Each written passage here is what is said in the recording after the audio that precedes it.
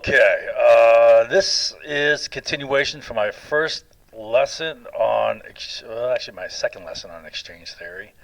Um, and this is just practice. I plan on doing the formal recording tomorrow. I'm recording the practice because it helps get me motivated. I'm suffering a severe lack of motivation because, one, I really just, what do you want to say? I really, not resent, but I really dread having to do this because I know it's going to get attacked, right? Why?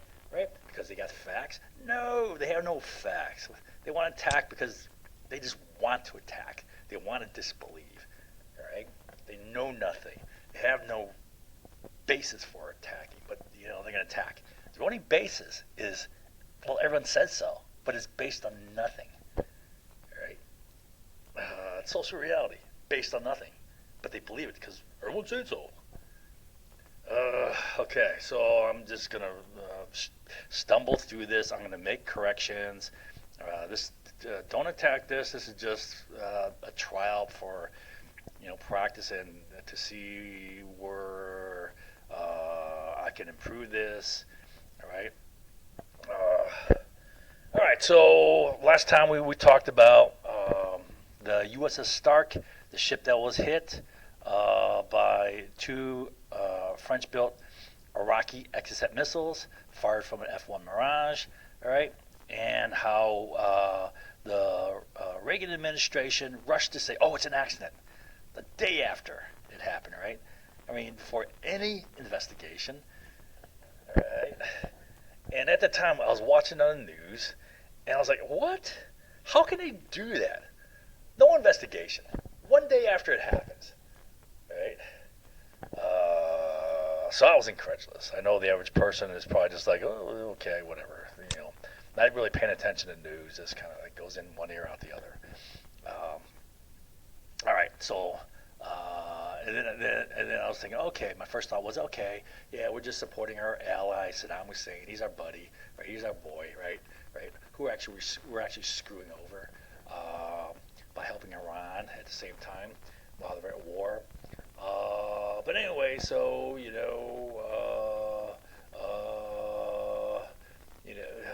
I mean, there's no way this is an accident, right? Iraq had clear motive. We screwed them over by giving their enemy key weapons. We screwed them over by giving them false intelligence. We screwed them over, although they didn't know this. We gave Iran intelligence on Iraq.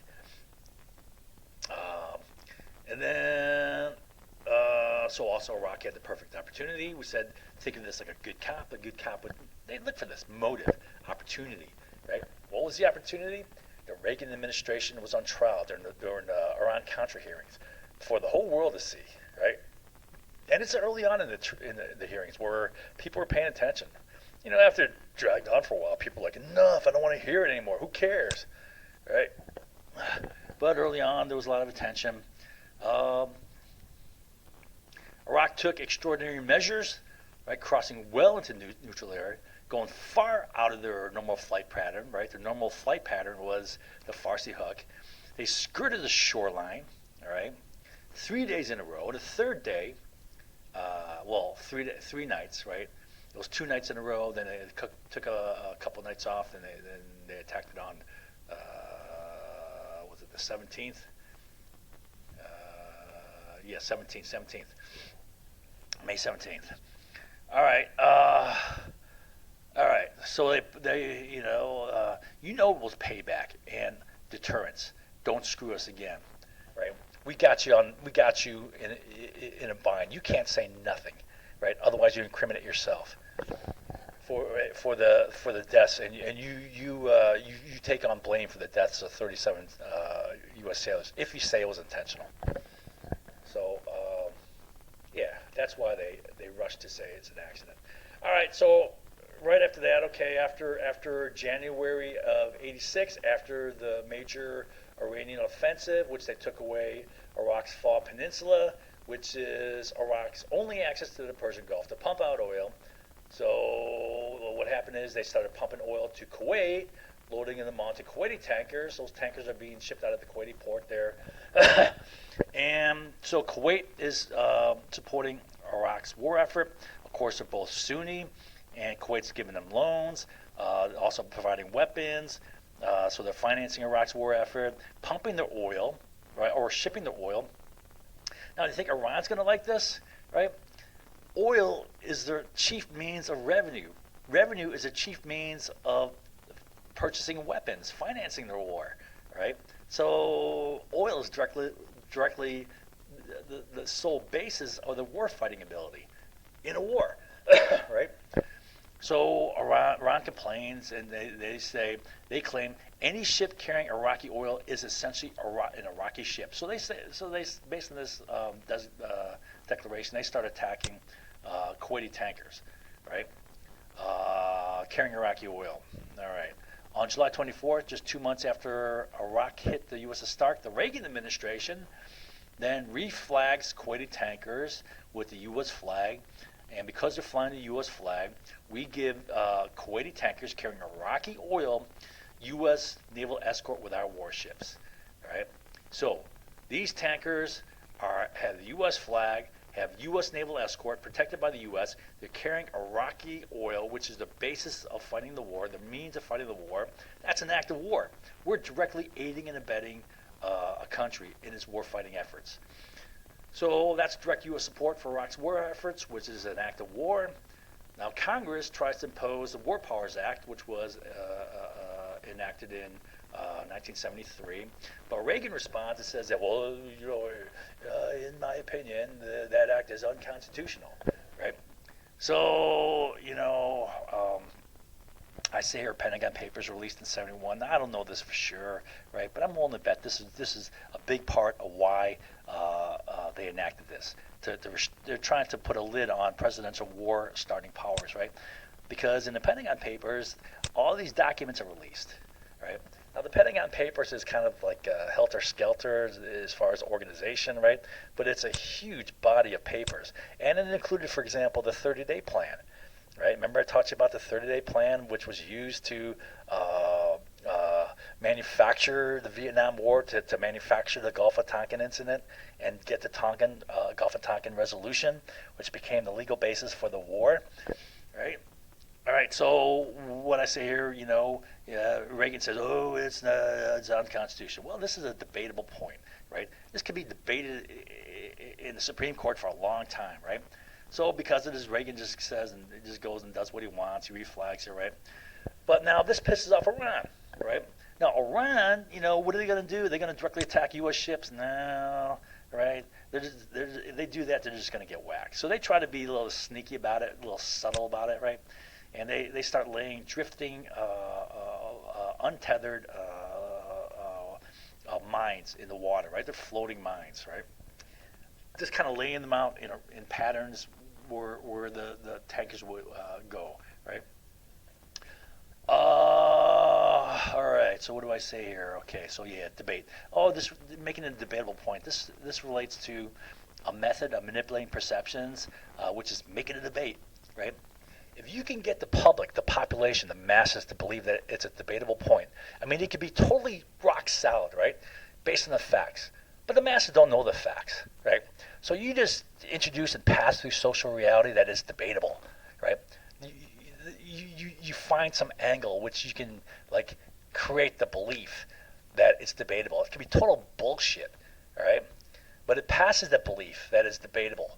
Now, as soon as people believe it's debatable, they feel justified. They feel confident. They can believe whatever the hell they want based on nothing. And they're just as right as anyone, right? So that's how that method works, and it does work. If you get people to think it's debatable, they'll say, "Ooh, I can believe whatever I want," and they'll feel confident, like they know something when they know nothing. All right. So if you can't win on the facts and intelligent analysis, then lock it up in endless debate. Then people will feel justified in believing whatever they want to believe based upon zero facts and zero intelligent analysis. Right. My opinion is just as good as any's. All right. Okay. So then in April of '88, a U.S. warship, the Samuel B. Roberts, runs into Iranian minefield and they spotted some floating mine, so they're like, oh crap, and they started to back out, trying to back out, but on their way out backwards, the stern hit a floating mine, and it caused a lot of damage. It was a let me show you the pictures here. Let's see here. It was Oliver Hazard Perry class frigate. So this is the start. Oliver Hazard Perry class, right? This is Samuel B. Roberts. Oliver Hazard Perry class. The stern was cracked. There was a big gap, right, and it cracked it up, but it didn't come off. This is really a testament to U.S. warships. These frigates, these Perry class frigates were meant to be, fairly inexpensive, cookie cutter frigates, but boy, they're built well. And like I said, compare this to the British destroyer Sheffield, which took one Exocet missile hit and sank, burned up, right? The Stark took two, right, and survived that. And the Samuel B. Roberts took a major mine hit, right, and survived that. So as a result of this incident, we retaliated with Operation Praying Mantis, and the Iranians were operating small boats out of these oil platforms, right? So we whacked some of the platforms here, and then we sank a bunch of their ships, all pretty fast with precision guided laser munitions.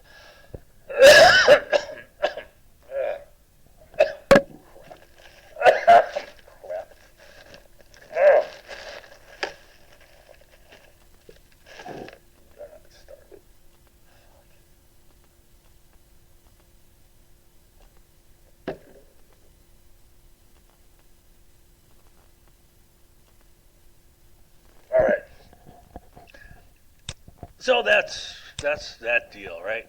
So more conflict here. All right.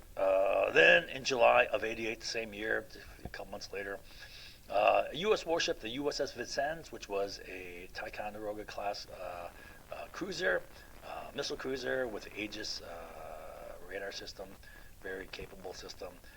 But mistakes were made. Mistakenly shoots down an Iranian Airbus passenger jet, killing 290 civilians aboard. That's a lot. All right. So this is the. I believe this is the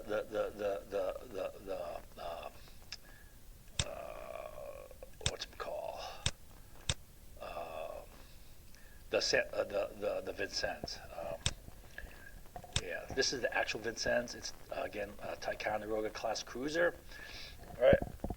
It's got the Aegis radar system, which is phased array, very effective. And this is an Airbus aircraft, Iranian Air, and they accidentally shot down this plane, mistaken it as an F-14, a military aircraft, one of our aircraft that we sold to Iran when the Shah was in power. And so these are pictures of people who were killed by it. 290 people all went down. Right, it was a flight path going here, and what is it? Is this United Arab Emirates here? It's flying across here, shot down over here. All right. Now, I don't blame the U.S. Navy at all for this. I mean, it is an error, right? But you can attribute this to fog of war. At the time when this happened, they're being engaged by aggressive Iranian speedboats, right? They're actively firing upon them, as far as I know, right? There was actual engagement with these. There was a serious threat, and this is in the wake of the Stark and Roberts incident. So people were pretty jacked up on adrenaline here, pretty nervous about the situation, right? And what happened was there was a identification friend or foe squawk by the civilian Airbus, and it was misidentified as being an F-14. I don't know what happened, but you can easily see how fog of war during an active engagement, in the wake of these two incidents, you don't want to get hit. So again, I don't blame the U.S. Sailors at all, you can be sure that it pissed off a lot of Middle Easterners. All right. Okay, then in November of '89, about a year later, all right, the U.S. Director of the CIA, William Webster,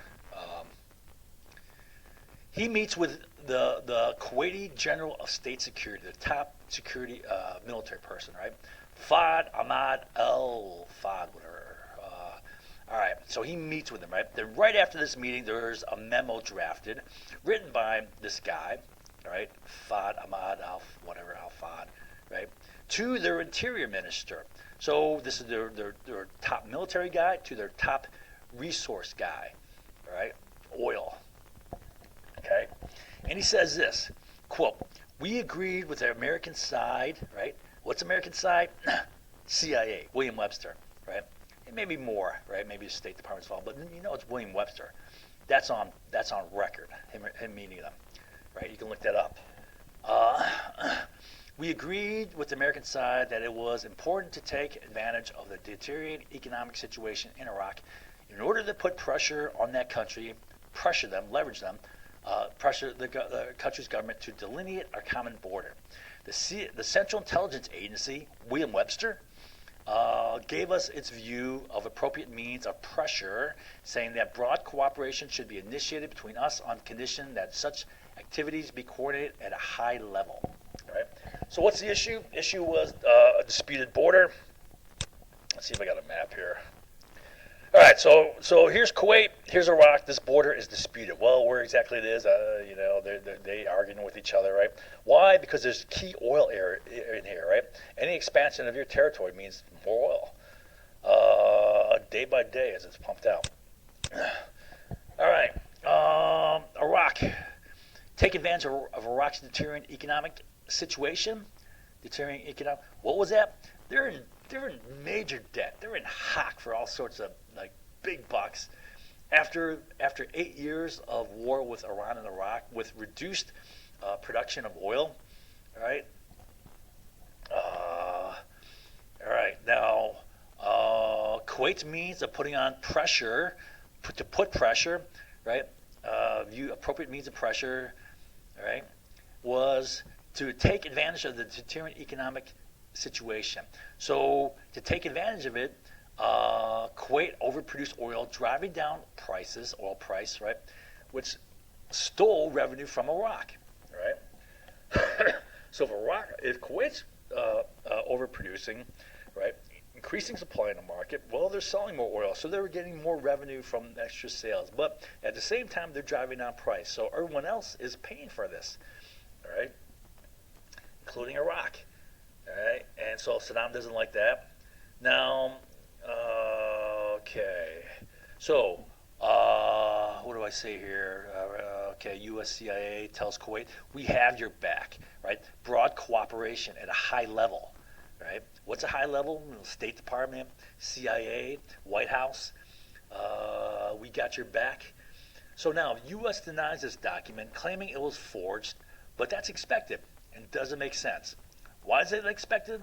Well, what did I teach you during the Gulf of Tonkin incident? I gave you a half dozen documents where they're all saying, yeah, we can conduct this attack on North Vietnam, and we can conduct it in a way that there's no doubt in Ho Chi Minh's mind that we're behind it. But at the same time, we'll have maximum deniability, right? Can't stick a bit on us, and you know what? No self-loving American's going to believe it. U.S. has a long history of maximum deniability, plausible deniability. Remember the manufactured Gulf of Tonkin incidents? So the U.S. has a long history of attacking credibility to seed doubt ad hominem. This is always done. This method of manipulating perception is always done. Director of the CIA, William Webster, met with Ahmad al-Fahd, right? So that meeting did happen. You can look that up. It totally makes sense. Why in the world would puny Kuwait, with next to no military force, Kuwait had like nothing for military force, why would they continue to overproduce oil in the face of massive Iraqi military hegemony, right? Iraq at that time had the fourth largest standing army in the world. I mean, who was larger, right? Well, the United States, Russia, China, then Iraq, right? Iraq is up there as far as numbers, right? And they had a lot of modern weapons systems, right?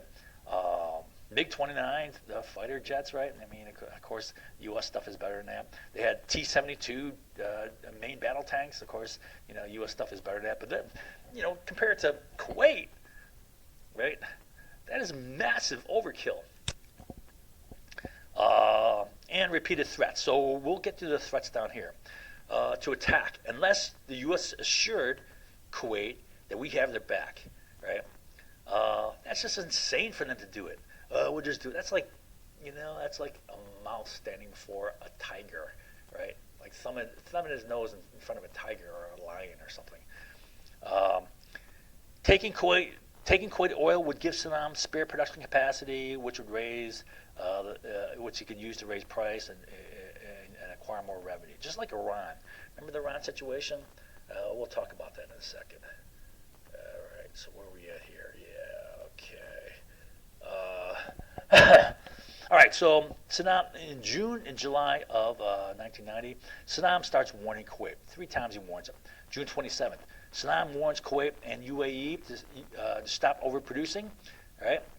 New York Times. July 17th, President Saddam Hussein of Iraq today openly threatened to use force against Arab oil exporting nations if they did not curb their excess production, their overproduction, which he said had weakened oil prices and hurt the Iraq economy, unquote.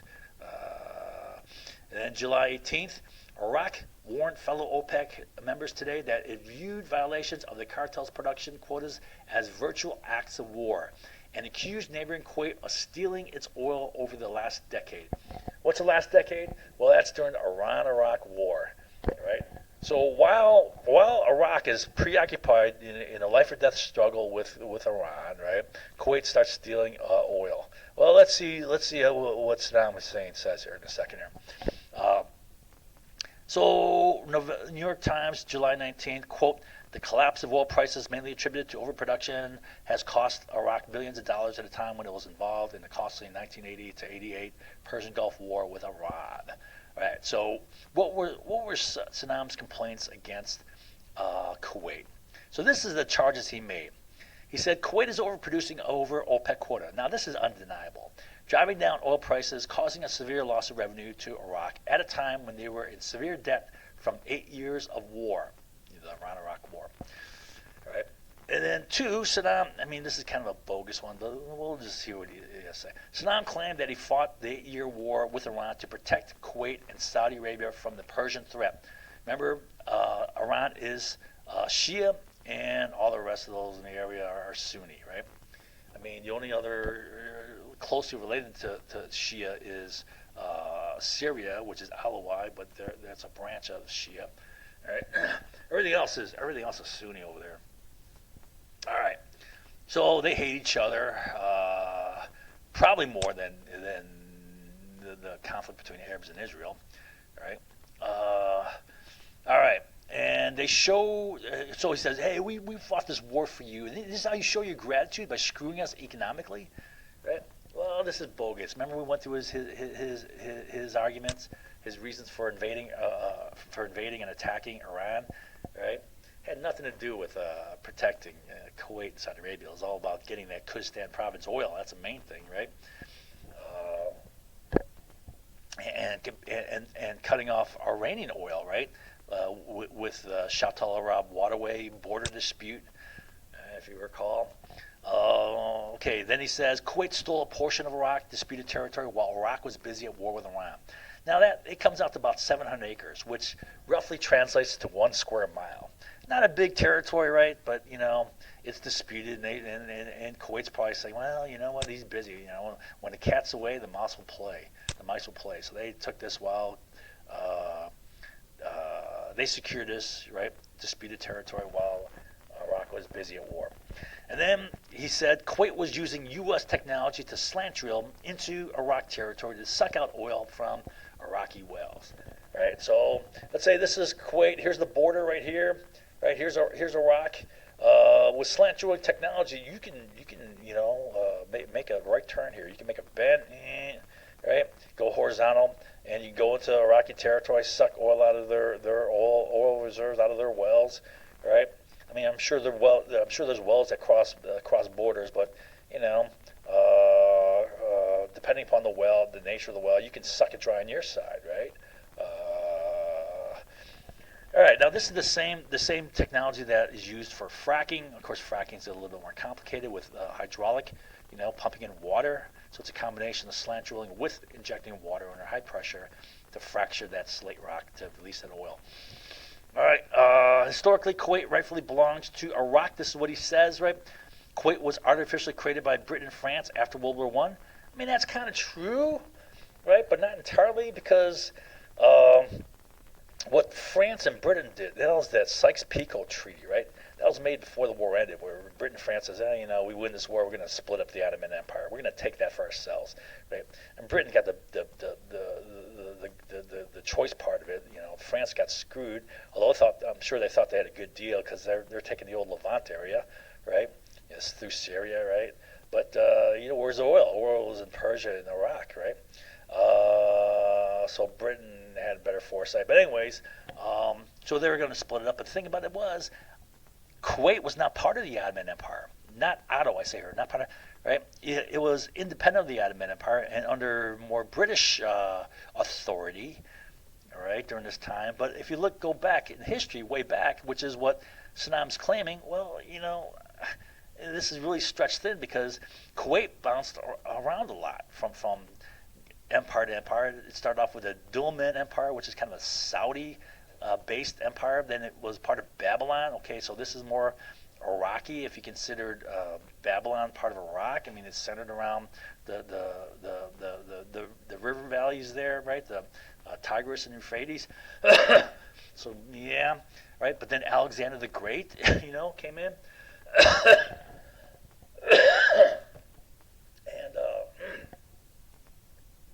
Then after Alexander the Great, what was that empire? The Seleucid Empire?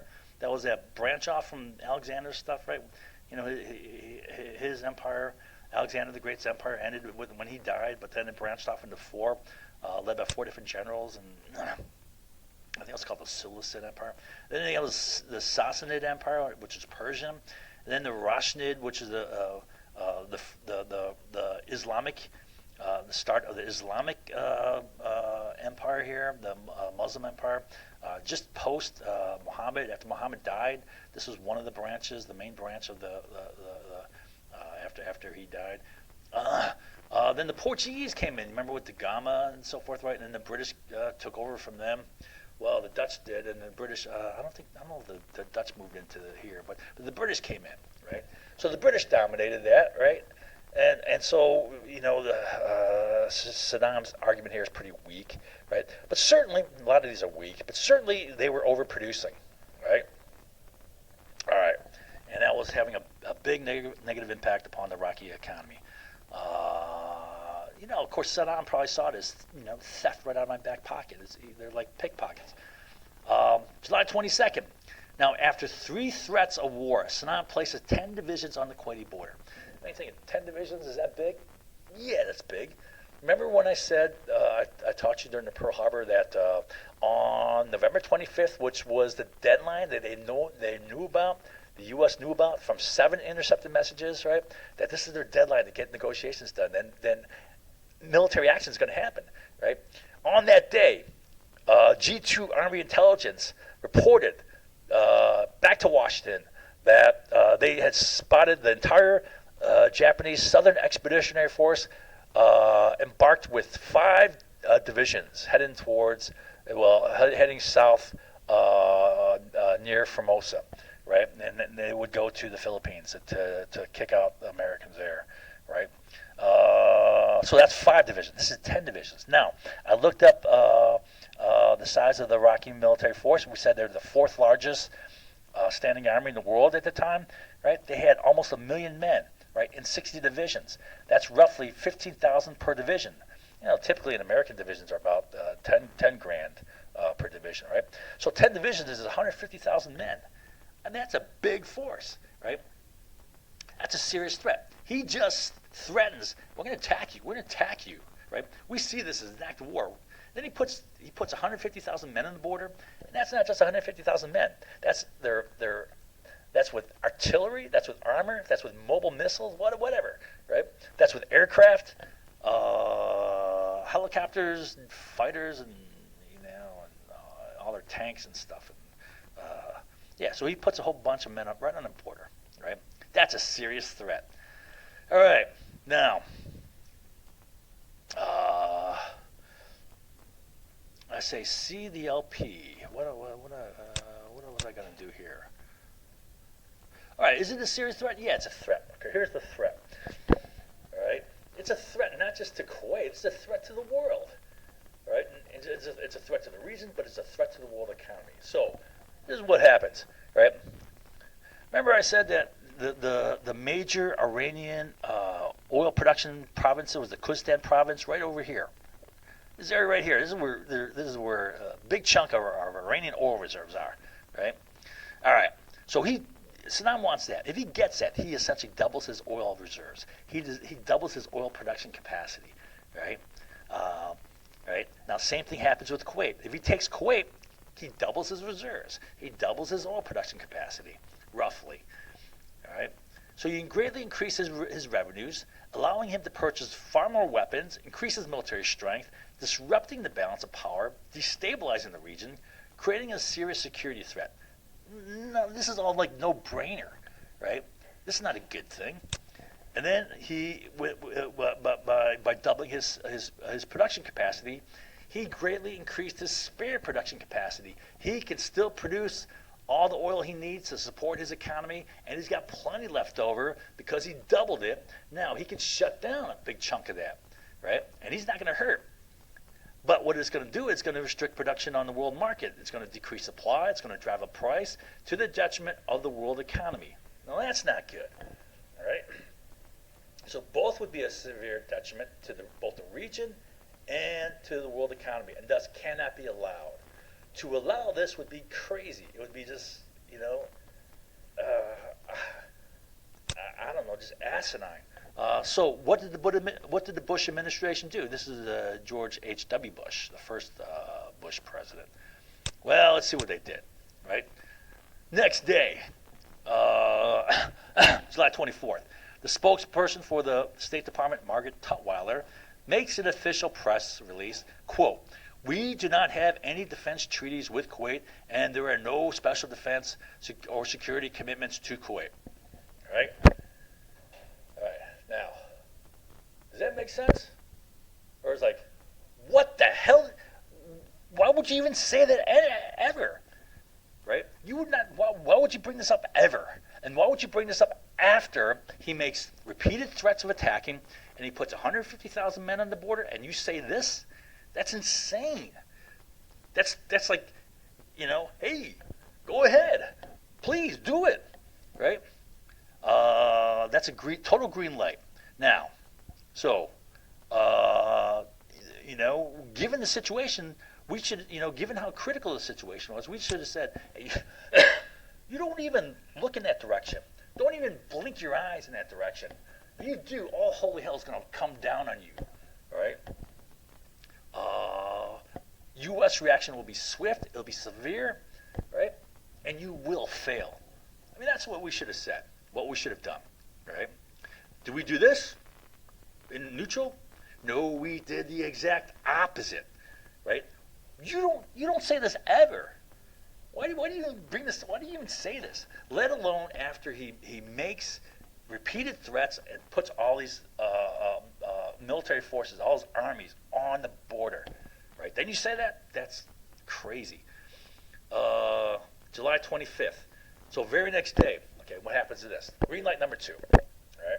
Saddam Hussein's like, I'm sure Saddam Hussein is going, what? Huh? Right? So he's like, better check this out, right? So he calls in U.S. Ambassador to Iraq, April Glaspie, to confirm what Tutwiler says, right? And she says, quote, "But we have no opinion on the Arab conflicts like your border disagreement with Kuwait. James Baker has directed our official spokesman, Tutwiler, to emphasize this instruction." Well, that's exactly what she did, right? So this is true. She did it. right? Tutwiler's now. Here's the thing: Margaret Tutwiler's not going to be making a policy, U.S. policy on her own. She's not going to be making up these statements. You know, she's going by marching orders. You know that she's directed by, right? But does the average person really know that? They're not even. If it's Margaret Tutwiler, saying this, the average person in the United States is like not even paying attention, right? Right? But the Rockies are, because they know that if she's the State Department spokesperson saying this, it's official U.S. policy, right? So this is the old peace persona thing, right? Where if you want to take actions that lead to war, you never have the president do it. You never have a high-ranking official do it. Usually you want to have someone at the fringe of your administration or even outside your administration, like a congressman. Leak it to a congressman. Have him leak it to the press, right? That's the old method. Now, the old peace persona thing, right, is for public consumption. And it reminds me of, I recall here FDR. Going into World War II, FDR was doing everything he could to get us into the war. Now, I tell people, FDR was my favorite president because I think this guy was just uncanny smart, right? And he made all the right moves strategically in a war that we had to fight. All right, but what did he do? He's desperately trying to get us into this war, maneuver us into this war. He ran for re-election on a peace ticket, saying, I'm going to keep you out of war, right? LBJ did the same thing. They're manufacturing the Gulf of Tonkin incident, and he won the election on a peace ticket. In fact, he won that election because of the Gulf of Tonkin incident and how masterfully everyone's saying he handled it. You just go to the congressional record, and what politicians often do is, when a big incident occurs like that, they'll have inserted into the congressional record portions of newspaper articles from their hometown newspaper. Like the editors will say this or that, right? And across the board, from LA Times to New York Times to Boston Globe and Chicago Tribune and all, they're all saying how brilliant, how masterful Johnson was. Well, he set the whole thing up. He ran on the peace ticket. Now, this whole peace persona stuff, I figured out early on. I saw it performed by Prussia, Bismarck and the Kaiser during the Franco-Prussian War. Right? They totally set up like the Kaiser wants nothing but peace. All the while, Bismarck maneuvered him into war. Cornered France into war. Okay. So that's an old method. It was also done during the Wars of Italian Unification with Cavour. Old trick. Green light number 3. So green light number 3 is at a congressional hearing. Here's Representative Hamilton, Congressman Hamilton in Indiana. He's questioning Assistant Secretary of State Kelly, right? And so here he says, do we have any commitment to our friends in the Gulf, right? And then Kelly's response here, we have no defense treaty relationship with any of the other countries. We have historically avoided taking a position on border disputes or on internal OPEC deliberations. He's talking about oil. He knows this is about oil, right? This is what Tutwiler said exactly, right? And this is what Gillespie said exactly, right? Border disagreements. So then Hamilton says, if Iraq, for example, charged across the border into Kuwait for whatever reason, what would be our position with regard to use of U.S. forces? In that circumstance, it is correct to say, however, that we do not have a treaty commitment which would obligate us to engage U.S. forces. So that's what Hamilton says. That is correct. That is correct, is it not? That is correct, sir. All right. So green light number 3. All right. Leaving no doubt that we're saying, go ahead, right? Go ahead when this crazy situation could occur. All right. So here, let's do a quick review here. So here's Iraq, right? Here's Kuwait. Here's Iran, right? So during the Iran-Iraq War, these two countries are fighting because Saddam wanted to grab that Kurdistan province oil, right? But again, during this war, Iraq ran a big debt, right? Had his oil cut off for a while there, and then during this war, there was a dispute over the border with Kuwait, right? And Kuwait occupied like about a square mile of that disputed territory. Then U.S. encourages Kuwait to use oil price as leverage to overproduce. Kuwait overproduces beyond OPEC quota, driving down price. Saddam Hussein says that's hurting us, that's theft, right? You're cheating when we fought the war to protect you, which is kind of BS. He threatens war 3 times. I have 100,000, but given Iraqi's total military size, given they have 60 divisions, about 150,000 troops per division, 50,000 troops per division, so 150,000 troops on the border. Then we give 3 green light signals when this is the possible threat, right? This is crazy. What we should have done is I give an example of the Koimoi Matsu incident of 1958. What happened was China started shelling these 2 islands. These are islands right on their coast, right? But not in their possession, strictly speaking, right? So they started shelling these 2 islands, right? And does that seem all that significant? Well, I don't know. But Eisenhower responded this way: "You go for those islands, we're going to nuke you," right? I mean, that's pretty harsh, right? We're going to throw nuclear weapons at you, right? We're going to nuke you, right? Now,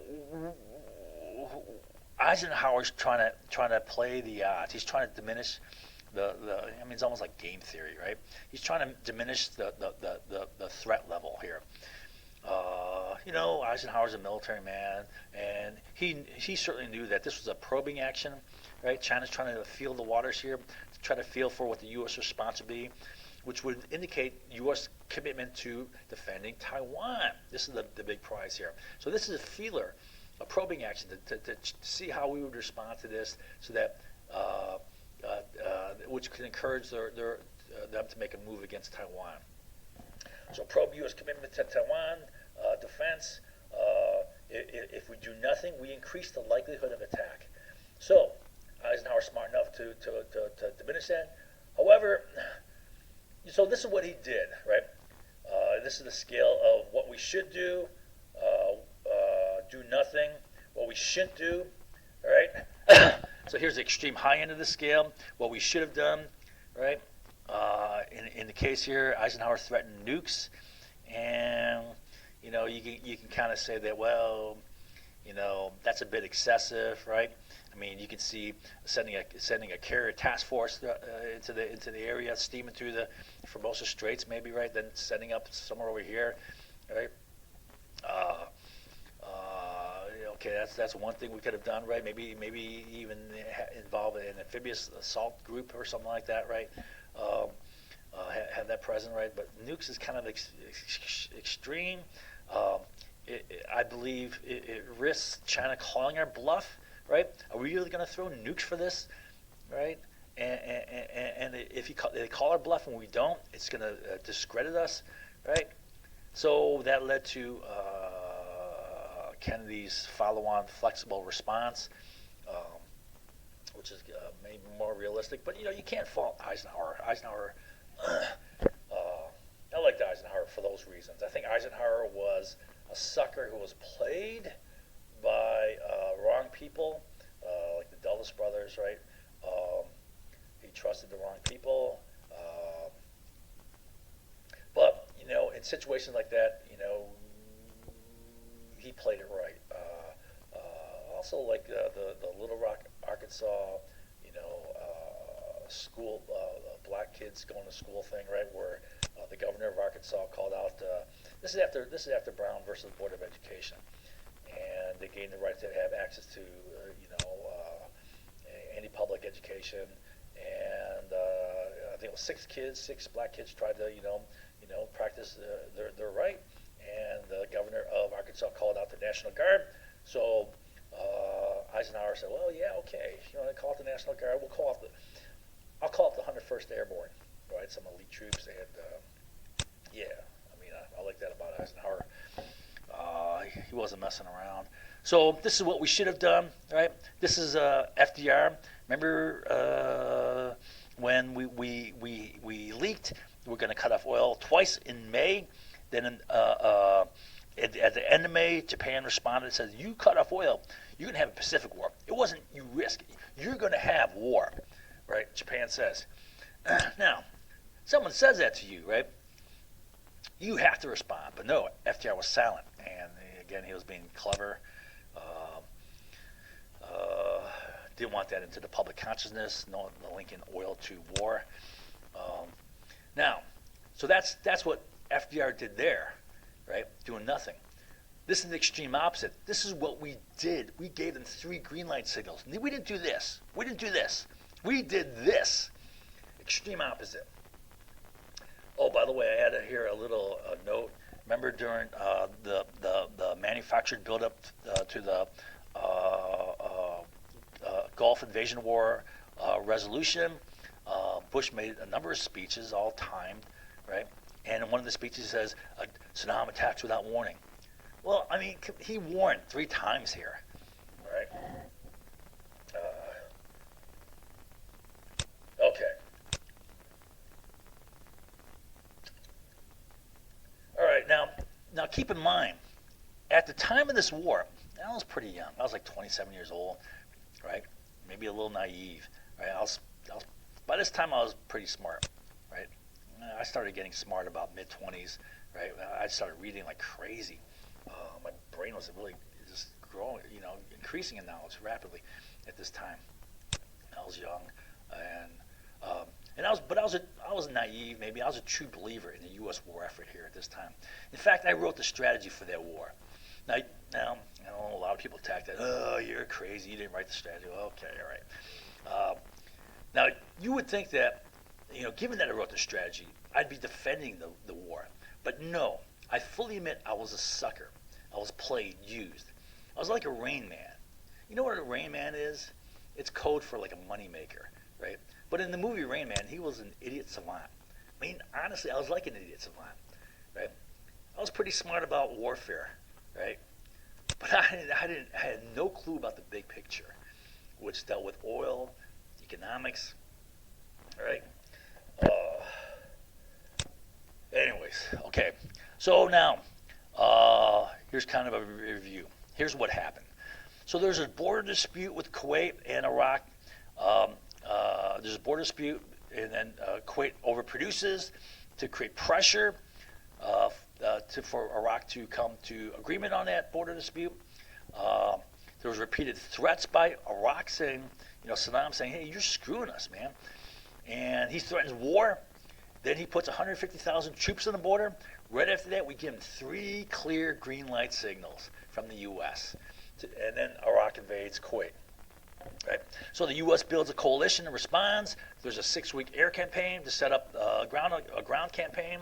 There was a 100-hour ground war. I mean, it was like, just over 4 days. Right? The war was won in 4 days. It's a brilliant victory. Yeah, my strategy. Americans feel good. There's euphoria. There's like we've cleared out the ghosts of Vietnam out of the closet, so to speak, right? Now I said this at the time. I said there's going to be this euphoria, right? I said there's going to be an upwelling of U.S. sentiment.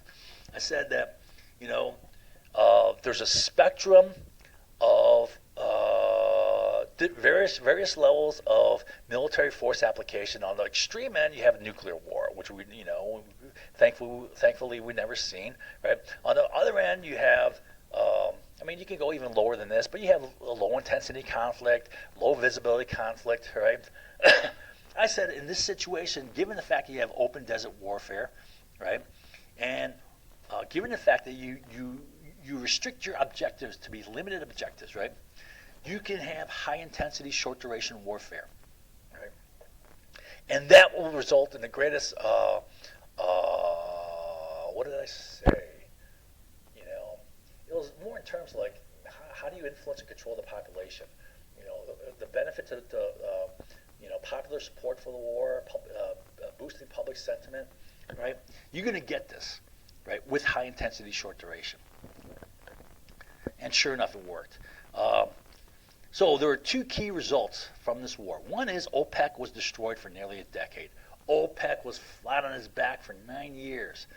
Right? The second was the first Gulf War becomes the primary motive for bin Laden. Right?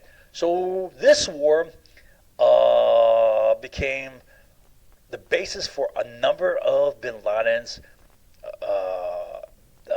bones of contention against the U.S. Right? And then this led to the 9/11 attacks, and of course that led to the war on terror, and of course that led to the invasion of Iraq, who had nothing to do with the 9/11 attacks, right? But it was manipulated, and then of course that led to the formation of ISIS, and the expansion of Islamic terrorism.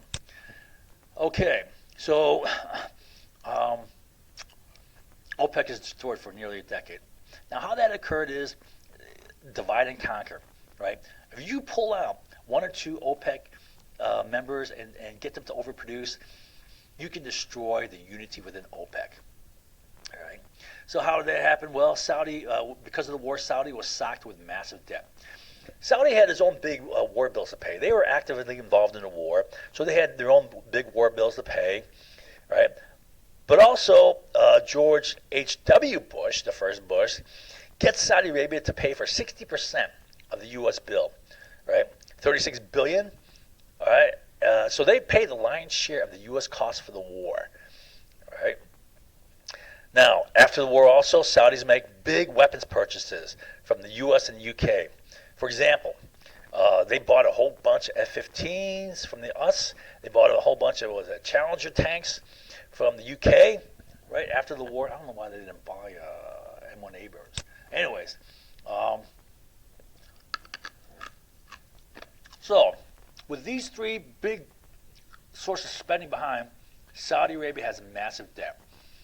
Creates pressure on them to increase oil sales, right? Remember we said debt is a weapon?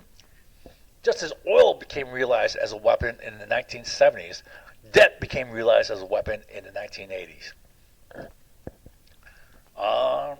Kuwait is socked with massive debt itself. So Saudis has massive debt. Kuwait has massive debt. All right. The war, of course, destroys Kuwait. Right? Kuwait City, I mean, that's the major population center, the major urban center. Right? It's destroyed. It's messed up bad. Also, the oil wells were messed up. When Saddam Hussein was retreating, he ordered that all the oil wells be blown. Right? Major oil fires are just raging for a long time. Right? And so they have to rebuild. Right? Well, when they have to rebuild, you get contracts. Right? Who got the contracts? Halliburton, KBR, Bechtel monopolized them. We'll talk about that later. How U.S. companies throughout the country were like just salivating at the opportunity. They thought there's going to be a windfall, right? They thought the war's going to be a big moneymaker for them. But no one got contracts except for Halliburton, KBR, which is a subsidiary of Halliburton now, and Bechtel, which was the Reagan administration big neocon corporation. All right. Yeah, okay, so they also make huge weapons purchases. They got massive debt. Now, with the massive debt, they got to pump oil. Right? Immense pressure to increase oil sales. All right. Now, at the time of the war, many oil experts and economists predicted the war effects. So,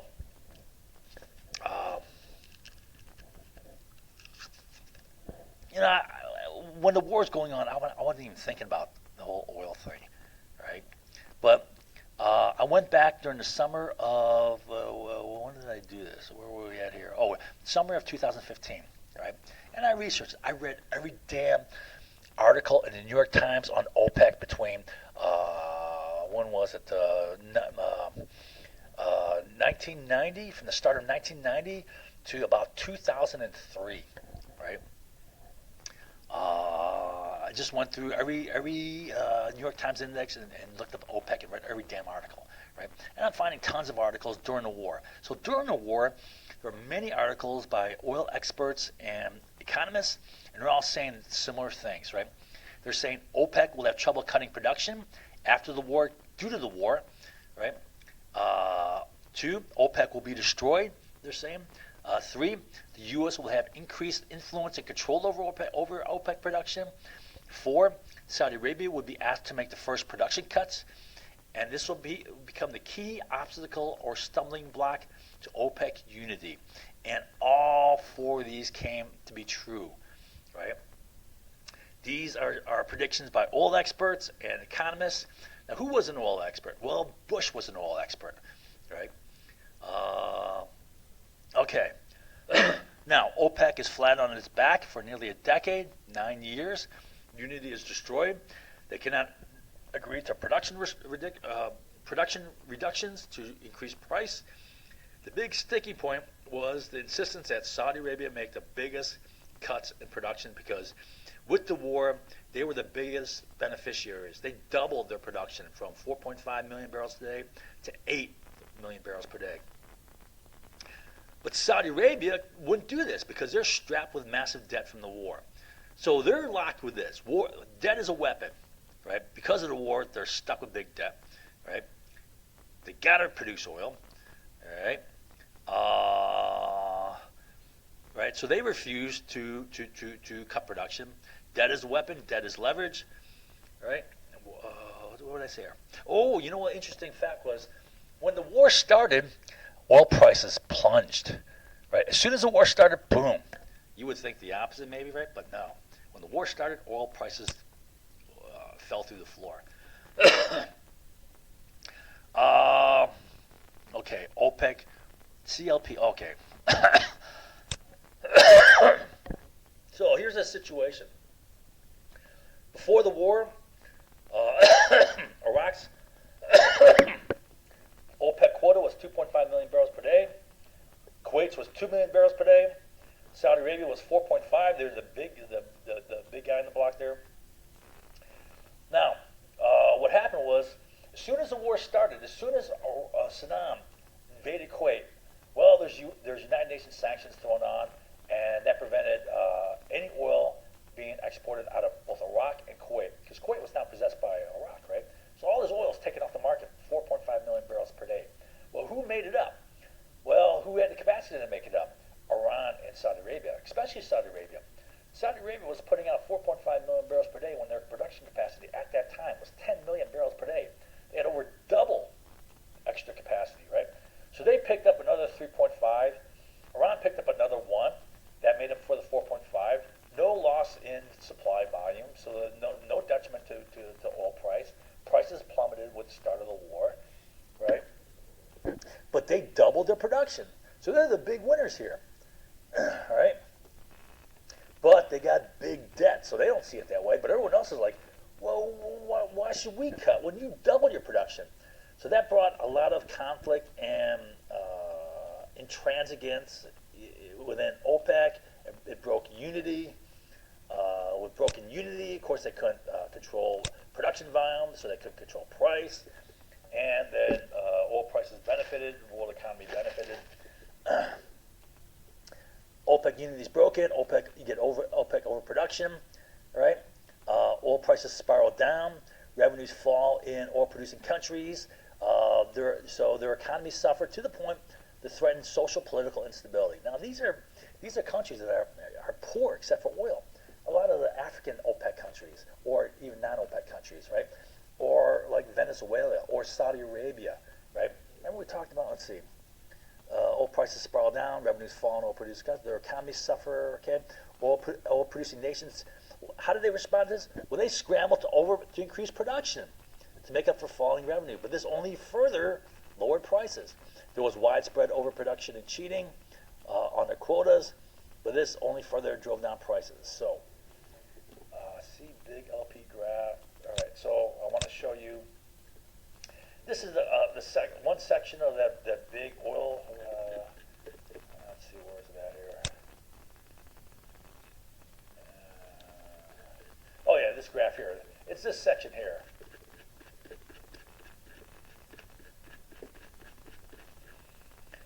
So I told you that like countries like Venezuela is socialist, right? Saudi Arabia has got a social welfare state too. They subsidize their population, with oil, right? They're stocked with big national debt. There's also poverty, unemployment. So Saudi Arabia feels forced to overproduce. They're overproducing, right? And it wasn't until, we'll see in a bit here, I think 1998, where they made the first cuts in defense spending and the first cuts to the social welfare programs, right? Which kind of, hit the population pretty good, right? And that can lead to political instability, right? To avoid that political instability, countries may feel they need to get their oil companies to overproduce oil, right? But this only further drives down price. I give you national political consideration. All this is national political considerations here, right? Given their social, political, economic structure there. All right. Okay, where are we at here? Now, oil prices fall in the 1990s at a time when the USSR fell and Russia production was cut in half. So when the Soviet Union fell, Soviet Union was a whopping producer. They're producing 11.5 million barrels per day, right? And it's dropped to 6.6 million barrels per day, cut in half. And the Asian economy was taken off, both of which should have dramatically increased oil prices. Russian supply down, prices up, Asian economy up, demand up, prices up, all right? So what should have happened, this is what happened in the 2000s, oil prices, right? Low spare production capacity in the world, right? So we're pressuring, the demand is exceeding production capacity, so there's high competition for oil, which is driving the price, right? And a big part of this was the Asian economy taking off here. China, India, becoming, prosperous, middle class, buying cars, whatever. Now, that should have happened back here, with Russian production cut in half, with the Asian economy starting to take off, right? This big rise here probably should have occurred back here, right? But no, it went down. And the key reason why it went down is destruction of OPEC unity. So it had a big effect destroying unity. And remember we said that Admiral Woolsey, the director of the CIA, said destroying OPEC should be the first priority of those in government. And it worked. Destroyed OPEC, right? So, heading down during the 1990s until they got their act together. So let's see what happened here. Okay. OPEC is broken for nearly a decade. I showed you the graph. It was a classic divide and conquer, right? You break out Kuwait and Saudi Arabia, get them to overproduce. You destroy OPEC unity. So war creates debt, and debt is a weapon. And we said it was used to break OPEC, which is what Woolsey said we needed to do. Any common sense leader would see that. Now, all this was predicted by oil analysts and economists immediately at the time of the Gulf War. I'm reading the New York Times. And it all came true. And therefore, it was completely predictable.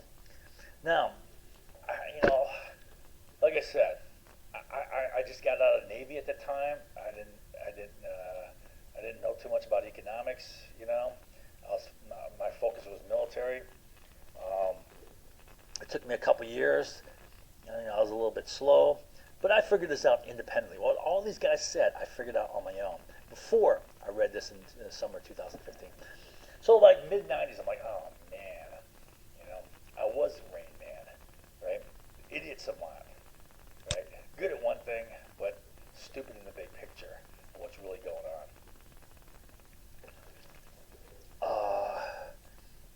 And I was used.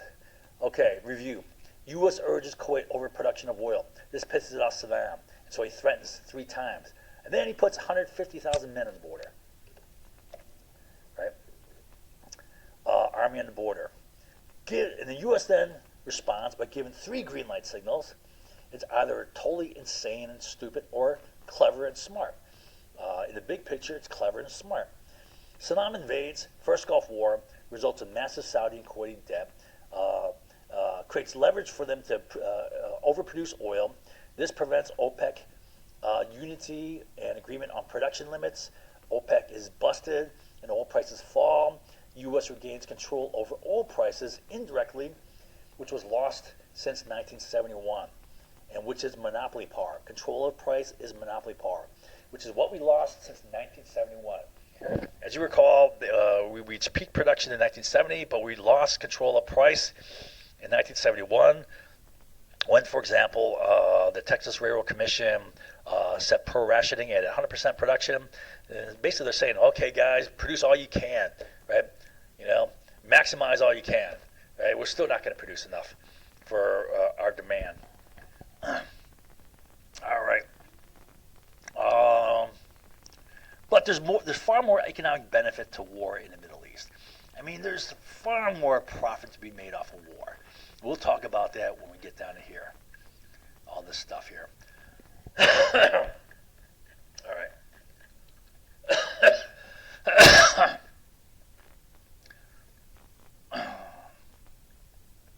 So, now, think about this. Would all of this piss off bin Laden?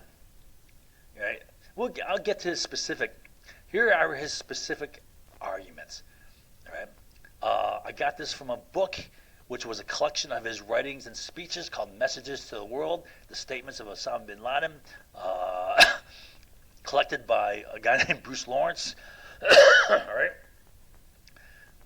There's a whole bunch of stuff, but he's saying the same stuff over and over again. It comes down to these six gripes. All right, what you don't get from the media. The media doesn't tell you this stuff. The media is like, oh, they're religious fanatics. All right, that's all they say, right? And then every attack, no matter who it is, oh, that's Al Qaeda related, right? And it's vastly just people pissed off, ex-Iraqi military, right? Insurgents, right? Oh, Al Qaeda related group. Okay, post-Gulf War I, 1991 to 1998, 7 years. Oh, yeah. So 7 years of inspection. So after, what I'm saying here is after the first Gulf War, I guess the UN resolution that kind of settled it, right, demanded that Iraq submit to weapons inspectors to clear them out of weapons of mass destruction, all right, using oil as leverage. And at first, oil export out of Iraq was 100% cut off. It wasn't until 1996 when they had oil for food, right? But for a while there, oil was totally cut off coming out. Although, as they went along, the Iraqis became more adept at smuggling out oil in smaller quantities, right? But oil was cut off, contingent upon them proving that they have no weapons of mass destruction. All right. So this UN resolution was that August of 1990 was when it was passed by the United Nations. UN near total economic sanctions imposed on Iraq for invading Kuwait. After the war, the near total sanctions were continued and linked to weapons of mass destruction elimination as leverage. Right? So you're not going to get oil unless you prove that you have no weapons of mass destruction. But it was a catch-22 in that Iraq could never prove it had no WMD. Instead, it was up to the UN weapons inspectors to prove no WMD, and those inspections could have conceivably continued forever, right? I mean, you can go on and on and on and say, well, you haven't fully proved it. Well, you've been all through our country. Well, they could be somewhere still. So you can drag it on and on and on forever. Now, here's the thing. The U.S. and the CIA played dirty games with these inspections for WMD, not really trying to find WMD. Now, you take this into consideration when you, given the fact that our full reason, the chief reason, like 100% reason almost, of attacking and invading Iraq was weapons of mass destruction, right? That was the basis of the Iraq War resolution, right?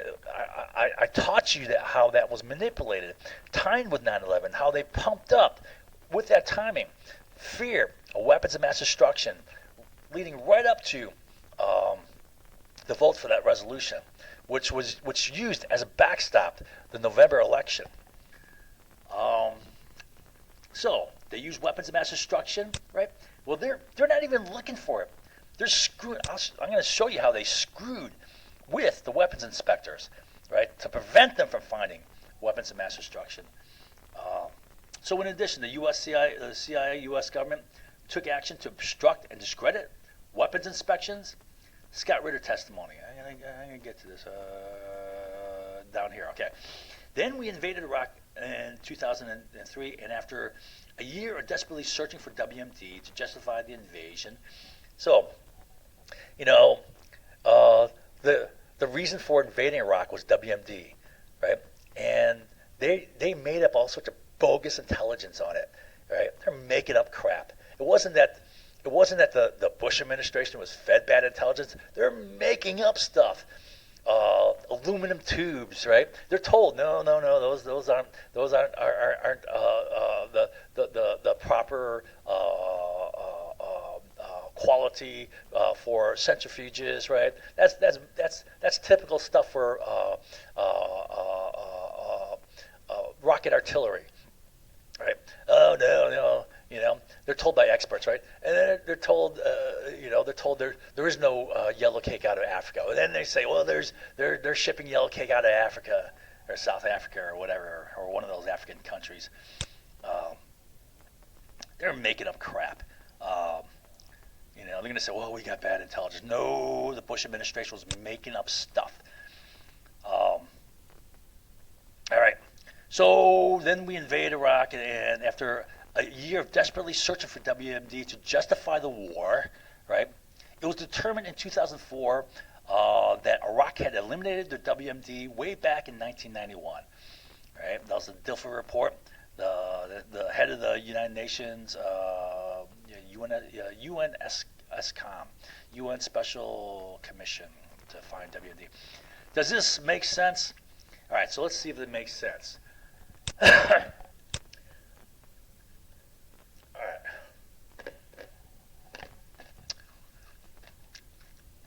Does it make sense that Iraq eliminated WMD way back in 1991 when it was linked to their economic survival? So here's their economy. 60% of their economy is oil. Now, does that leave 40% behind if you take that out? No, you cut into that remaining 40% big time, because that's supported by the 60%. They're going under major economic suffering, right? Major economic crisis here without oil. Why? Because they're a one-dimensional economy, too heavily dependent upon oil. All right. Now, in our economy, roughly about 4% of GDP is spent on the military, right? Well, let's say they spend 10%. So here's the military, 10% they spent. 10% of their economy they spent on military, right? Of this military allotment, right? Well, is it all WMD, right? No, you have WMD. That is military. That is a defense asset, and Saddam Hussein used it quite a bit during the Iran-Iraq war. I don't know about quite a bit, but he used it very effectively. Saved his butt, gassing Iranian forces, right? But it's only one element of their defense. Their navy is an element. Their aircraft is an element. Their infantry, their armor, tanks, mobile stuff, right? Trucks, whatever. Their artillery, missile defense, Scud missiles, which are, I guess, they're considered ballistic missiles. They're of that category. Yeah, I guess would they be ballistic missiles? Special forces, transportation, engineers, right? On and on and on. You have various aspects of the military. Weapons of WMD is only one, right? One of a portion. So this is a portion of this, a small portion of this, and this is a small portion of this. What matters? This little portion or your whole damn economy? Of course he's going to get rid of WMD. It's a no-brainer, right? Especially given the fact that he believed that he could reconstitute his WMD. Why could he reconstitute it? Even if he gets rid of all of his, production equipment, whatever, right? To make this stuff. Well, he's got the know-how. He's got the scientists, right? You're not going to kill them off, right? So they're going to have that knowledge, and they can rebuild it, right? Push comes to shove. If he feels like he needs to rebuild his WMD, right? If he feels threatened by Iran again, well, he attacked Iran. But if he feels he needs it, he can rebuild his WMD, right? But he's got all this, right? So it's a no-brainer. Of course you get rid of this. The economy is your life, how you pay for everything, including the military, right? The military is but a fraction of the economy. WMD is but a fraction of your military, and that's a fraction of a fraction of your economy. So eliminating WMD to save your economy is a no-brainer. All right. What's this? Other key outcomes. UN Resolution 67. Setting the terms of the ceasefire, which called for elimination of Iraq's WMD and some ballistic missiles, enforced by United Nations Special Commission, weapons inspectors, and linked to removal of economic sanctions with the elimination of WMD. And these sanctions then resulted in a death of over 500,000 Iraqi kids, which became one of six things that Bin Laden was pissed off about that led to his attack on the United States in 9/11. Now keep in mind that in the 1980s, the Reagan administration authorized the sale of dual-use items like the chemical weapons material and equipment, like biological toxins. Right, so we're selling them this stuff in the 1980s. All right, so now these 500,000 kids will be attacked, and they'll try to make it a debate, right? I know this. Right? Remember I told you that one method of manipulating perception is make it debatable, right? Create some doubt, create controversy and doubt, right? And then if it's debatable, people feel justified and confident in believing whatever the hell baseless crap they want to believe. My opinion is as good as any. All right. So I'll talk about this debate now. Estimates of child mortality increased in Iraq due to the economic sanctions. All right. So the first study was right during the war, right after the war, 1991. You know, the sanctions were in place since August of 1990. I'm not sure when in 1991 this was done. So the Harvard School of Public Health did a study, and they estimated as much as 170,000 Iraqi children deaths due to the sanctions from disease, healthcare system breakdown due to the sanctions. All right. Then there was an international team that went in as a follow-up to this study. They're like, okay, well, let's look at this, right? So an international team came in after that, and they found that the child mortality from malnutrition disease increased in 1991 from 20 to 30 per 1,000 pre-war to 80 per 1,000. So it's going upwards near 4 times a larger number of deaths due to malnutrition disease, right? Then there was a 1995 study by the United Nations Food and Agriculture Organization, FAO, which estimated that 567,000 additional child deaths were caused by the sanctions. This is the number that Bin Laden, was motivated by. Of course, he's going to take the big number and be pissed off by, right? But then there was a follow-on study in 1999 by the United Nations International Children's Emergency Fund, which estimated a slightly smaller number, 500,000 additional deaths due to the sanctions. And the study indicated that during the period 1995 to 1999, there were no significant increase in child mortality deaths during this time. Which kind of makes sense, because what happened was in 1996, well, for one thing, the Iraqis became more and more adept at smuggling out oil, so they got some revenue trickling in due to smuggled oil. And also, in 1996, the United Nations passed the Food for Oil program, which allowed them to sell oil and to a limited extent. I forget how much exactly. It wasn't that much. It was just enough to get food, right? But it helped.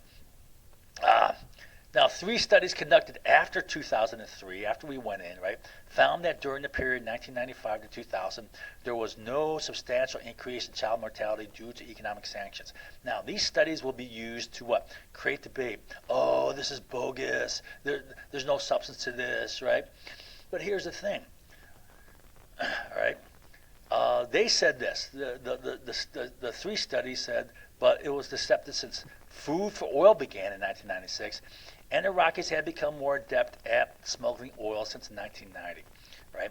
And their number was, well, there was 40 deaths per 1,000. Well, I mean, even if you take this number, right, 20 to 30 to 40, well, if you take the low end here, it's still double, right? But the key thing is, the chief thing is, you're not picking the critical period where kids are dying. You're picking when it was no significant increase, 1995 to 2000. So they're cherry picking the data. The big deaths were before 1995, right? So this is bogus. And you know, though, people won't pay attention that closely, and they'll say, oh, it's debatable. Oh, okay, now I can believe whatever the hell I want to believe. Whew. Well, that's how making the debate works, and it always works that way. Oh, I have a couple of videos.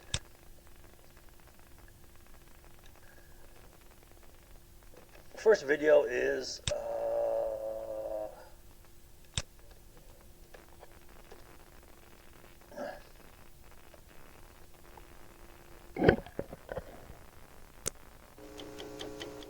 we have heard that 500,000 children have died.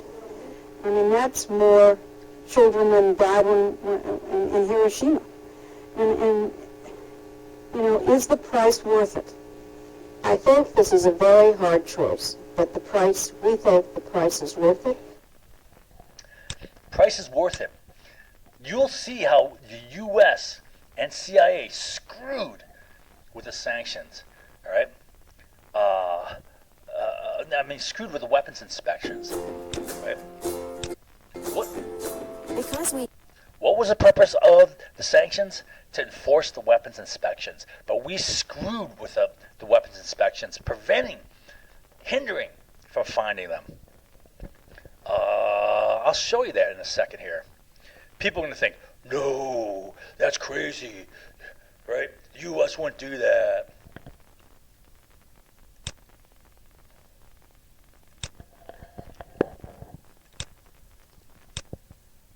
All right, so let's take a look at another example. This is Bill Richardson, who is one of the board members for Genie Energy, as you recall.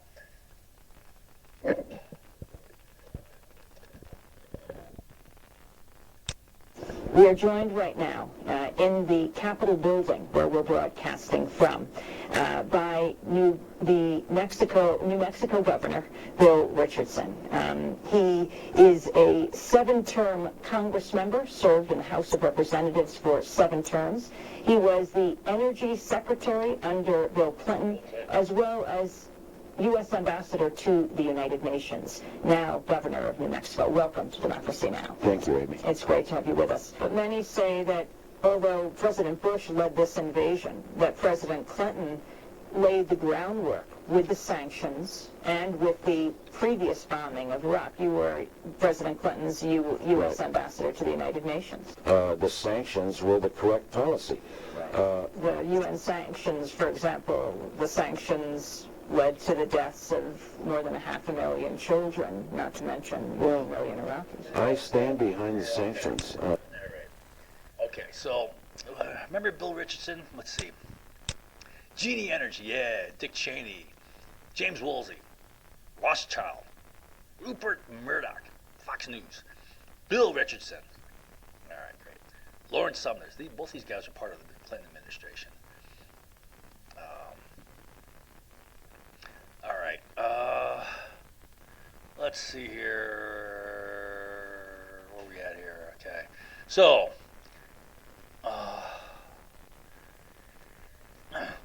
Bill Richardson, well, yeah, he says this. Well, they're the right sanctions to contain Saddam. Were we trying to contain Saddam?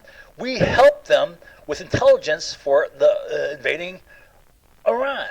We gave them intelligence on invading Iran, right?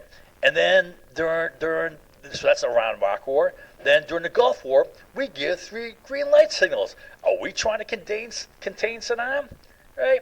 I don't think so. And then we sold Saddam materials and equipment to make WMD. All these are facts, right? Now, I don't know if you're going to remember it. Most people don't remember Jack. But, they'll know what people are saying. Who would say it's crazy? In any event, these were numbers that were motivated these numbers motivated the Bin Laden attack. All right. So make it debatable. People feel justified believing whatever they want to believe. It's a common method of manipulating perceptions. All right. So that's a whole thing on the kids who died there and how that's made to be debatable, made to be justifiable. Oh, it was there to contain Saddam. You're trying to contain Saddam by giving him intelligence on invading Iran. You're trying to contain Saddam by giving them 3 green light signals. You're trying to contain Saddam by selling them all sorts of materials to make WMD. I don't think so. All right.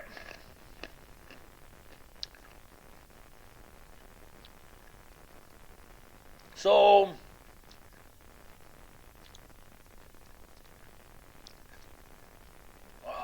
oh yeah, I can do Scott Ritter now. Right, here's Scott Ritter. He was a chief United Nations weapons inspector on the ground between 1991 and 1998. I mean, there was guys above him. Richard Butler was above him, right? Then he had Dilfer above them. But on the ground, weapons inspectors, he was a top dog here.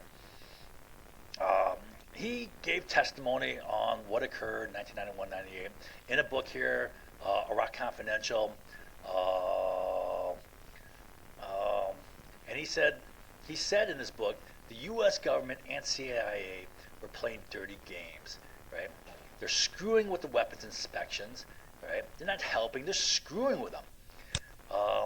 In order to maintain economic sanctions, right? So the sanctions weren't to enforce the weapons inspections. They screwed with the weapons inspections to ensure economic sanctions, which led to the deaths of all these Iraqi kids, right? And the reason why it's stated that they did this was to create pressure upon Saddam to get his population to turn against them, right? To get elements within the military maybe or within the government to overthrow him in a coup, right? Because you make it such bad situations that it's only going to get better if we get rid of Saddam. So this was means to twist Iraq's arm to get rid of Saddam, right? Maintain these economic sanctions, but it led to all these Iraqi child deaths, right? Which became one of Bin Laden's primary motives for 9/11, which led to the Iraq invasion war. Why? Well, who knows, right? Well, we do know, but it didn't have to do with 9/11 because Iraq had nothing to do with that. Although Americans were led to believe that, right? So the 9/11 attack was falsely, manipulatively used to justify the Iraq invasion war, right? And this war then led to the destabilization of Iraq, screwing up Iraq, allowing for the rise of ISIS there, right? Allowing for ISIS to take roots and gain a lot of territory, which is a bad situation, and then destabilize the whole region as well, especially by this war exacerbated the whole Sunni-Shia conflict, right? And we see rising conflict between, for example, Shia Iran and the rest of the Sunni nations, Saudi Arabia, Qatar, for example, in Syria and in Yemen. So, yeah, great policy, great strategy here. Unless you want this. Okay, so let's take a look at how I think people would try to attack. High probability of a lying attack by using ad hominem to discredit Scott Ritter, right? Now, Scott Ritter was the lead WMD inspector on the ground in Iraq from 1991 to 98.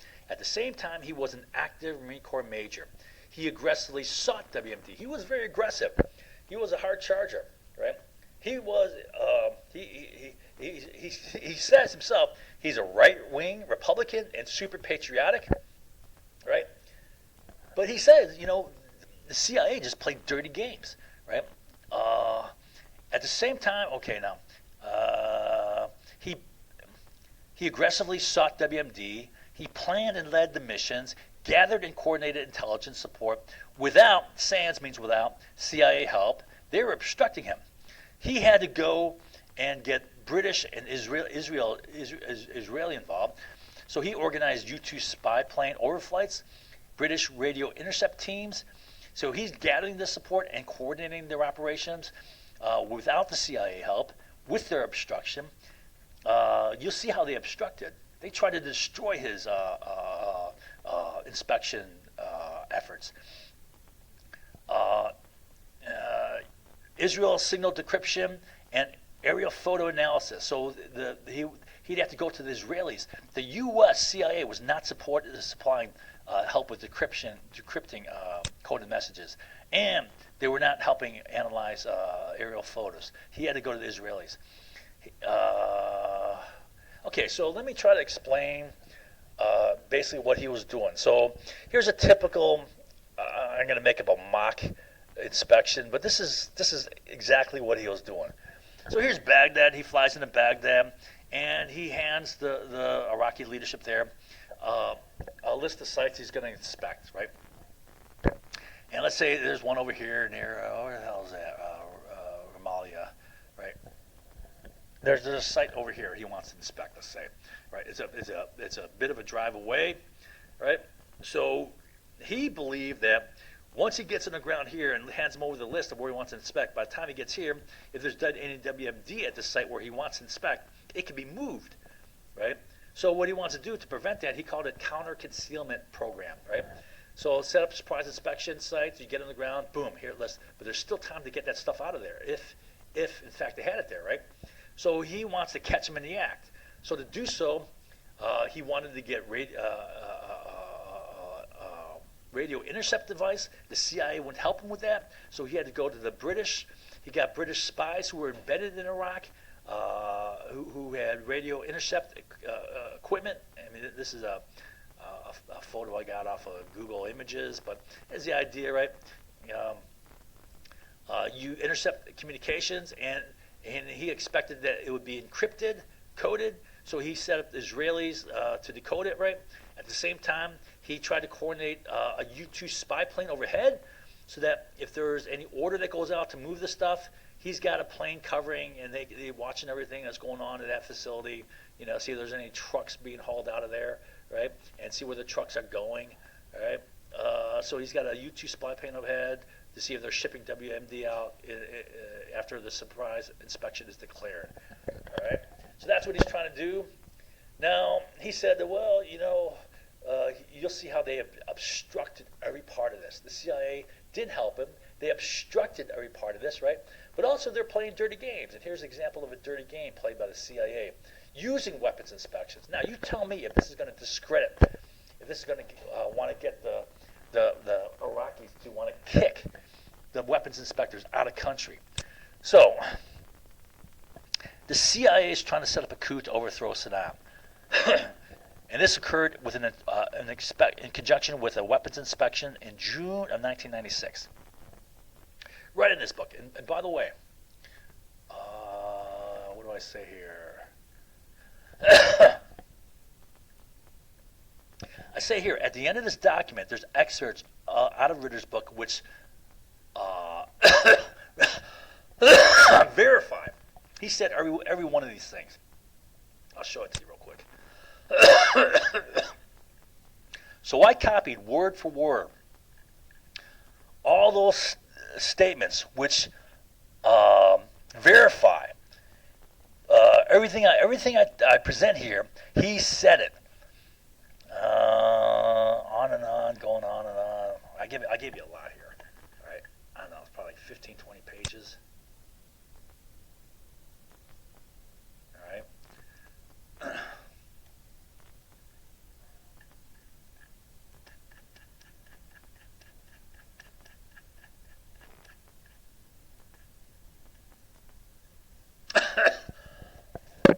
Oh, man.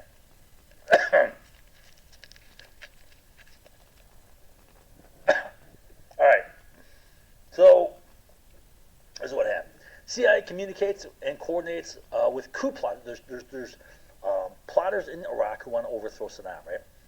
800 of them, right, are involved in the coup. And to communicate with them, the CIA provides these handheld, encrypted satellite phones, right? So they're encrypted, right? And in their plan, what they want to do is they want to conduct a fait accompli. Remember what a fait accompli is? It means an established fact. It basically means you're trying to maneuver them into a corner so that something is going to happen, right? And there's no way of avoiding it. So they want to set up a weapons inspections as a fait accompli, which they know the Iraqis will reject. We're not going to let you there, right? For example, inspecting their Ministry of Defense, their Pentagon. Oh, we want to inspect your Pentagon because we think you're hiding weapons of mass destruction there, or whatever. Okay. Well, you know they're going to reject it. In fact, you'll see a case here where Tariq Aziz said it's off limits. You know, if you demand it, it's going to mean war, right? So they'll set up a place like that where they know they're going to reject it, and when they reject it, you use that as your pretext, your justification to bomb. And were they planning on bombing in this case? They had planned to bomb the headquarters of the Iraqi Special Republican Guard. So the Republican Guard is their elite unit, but the Special Republican Guard is Saddam's personal bodyguard force, right? So they want to take out Saddam's bodyguard force, and then once that occurs, that'll be the signal for these guys, 800 guys inside Iraq, to act and overthrow the government, overthrow Saddam, right? Then with Saddam's protection taken out, you launch the coup. But what happened is the CIA were talking to double agents, right, giving it away, and they got enough information where they captured, where they actually acquired some of these satellite phones, encrypted phones, right? So they're listening in to the CIA's plans. And before they can launch the coup, before all this can occur, they arrested all these guys and these 800, and they executed them all, right? So they knew the plans. Now, knowing the plans, knowing that a critical element of the plan was to utilize weapons inspections in a manipulative, game-playing, devious way, that would increase the likelihood they want to kick them out, right? So is it giving credibility to these weapons inspectors? And inspections, no. It's risking getting them kicked out. All right.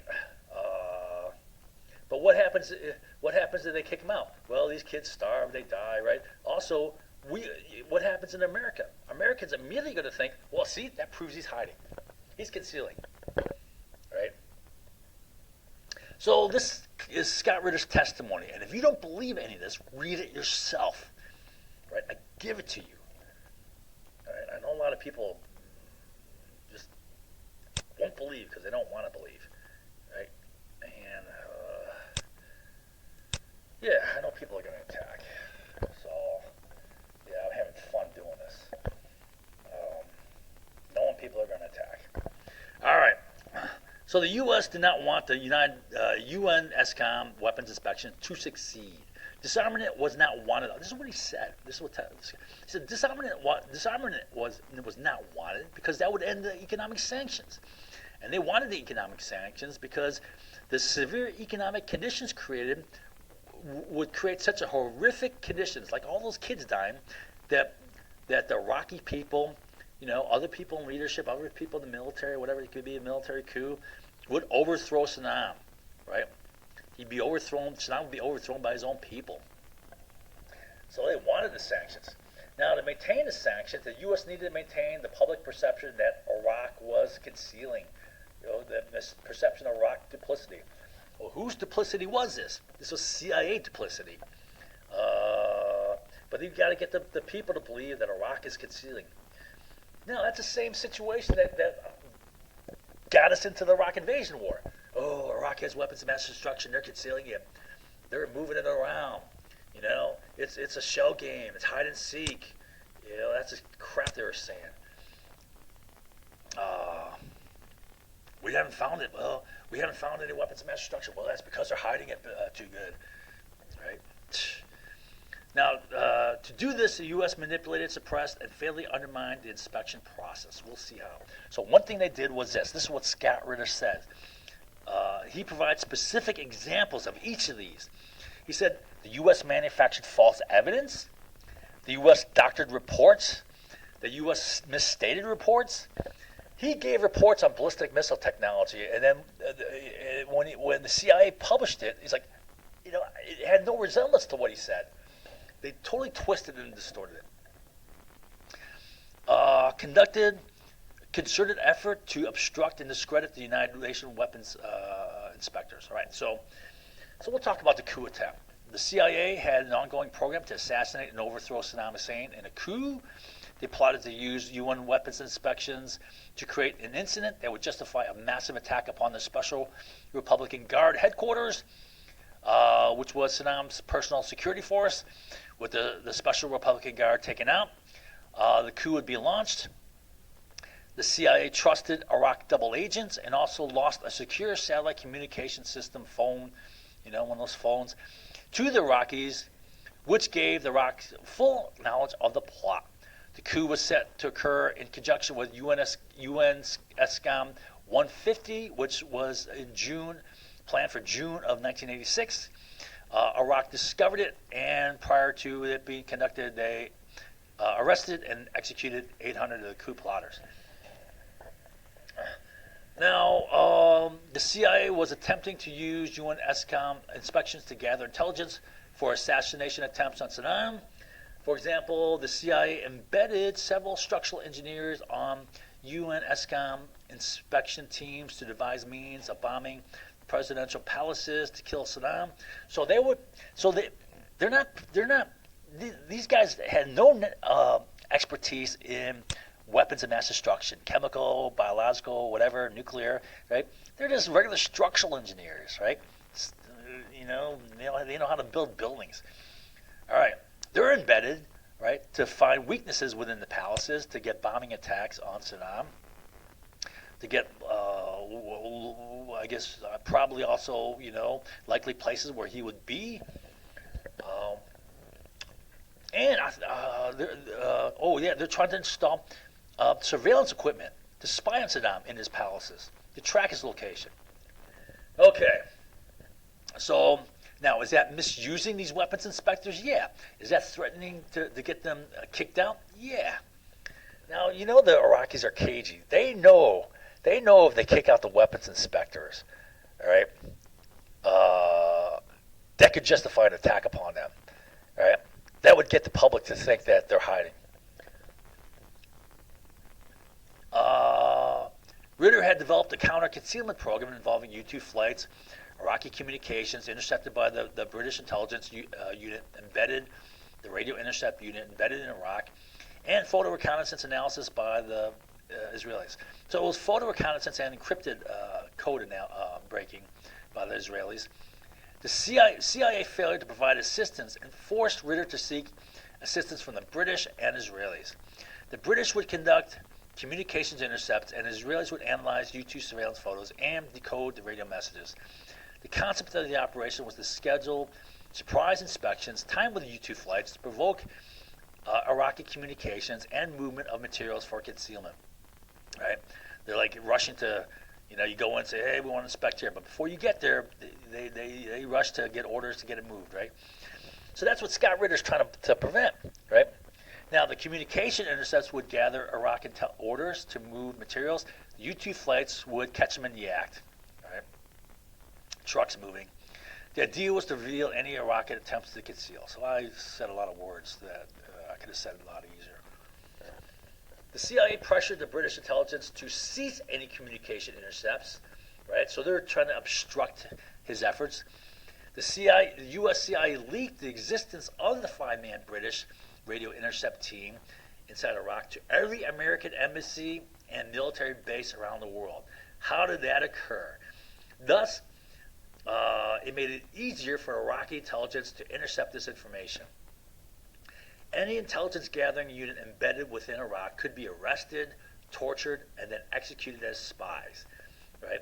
So this forced the British to pull the plug in the unit.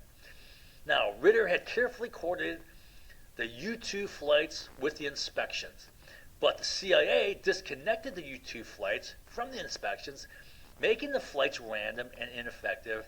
Wrong time, wrong place, wrong day, right? So the CIA also installed the wrong sensors on the U-2s, rendering all data unusable. All right, the CIA, now you can read this for yourself. You think, oh no, the CIA wouldn't do that. Read it for yourself. This is what Scott Ritter says.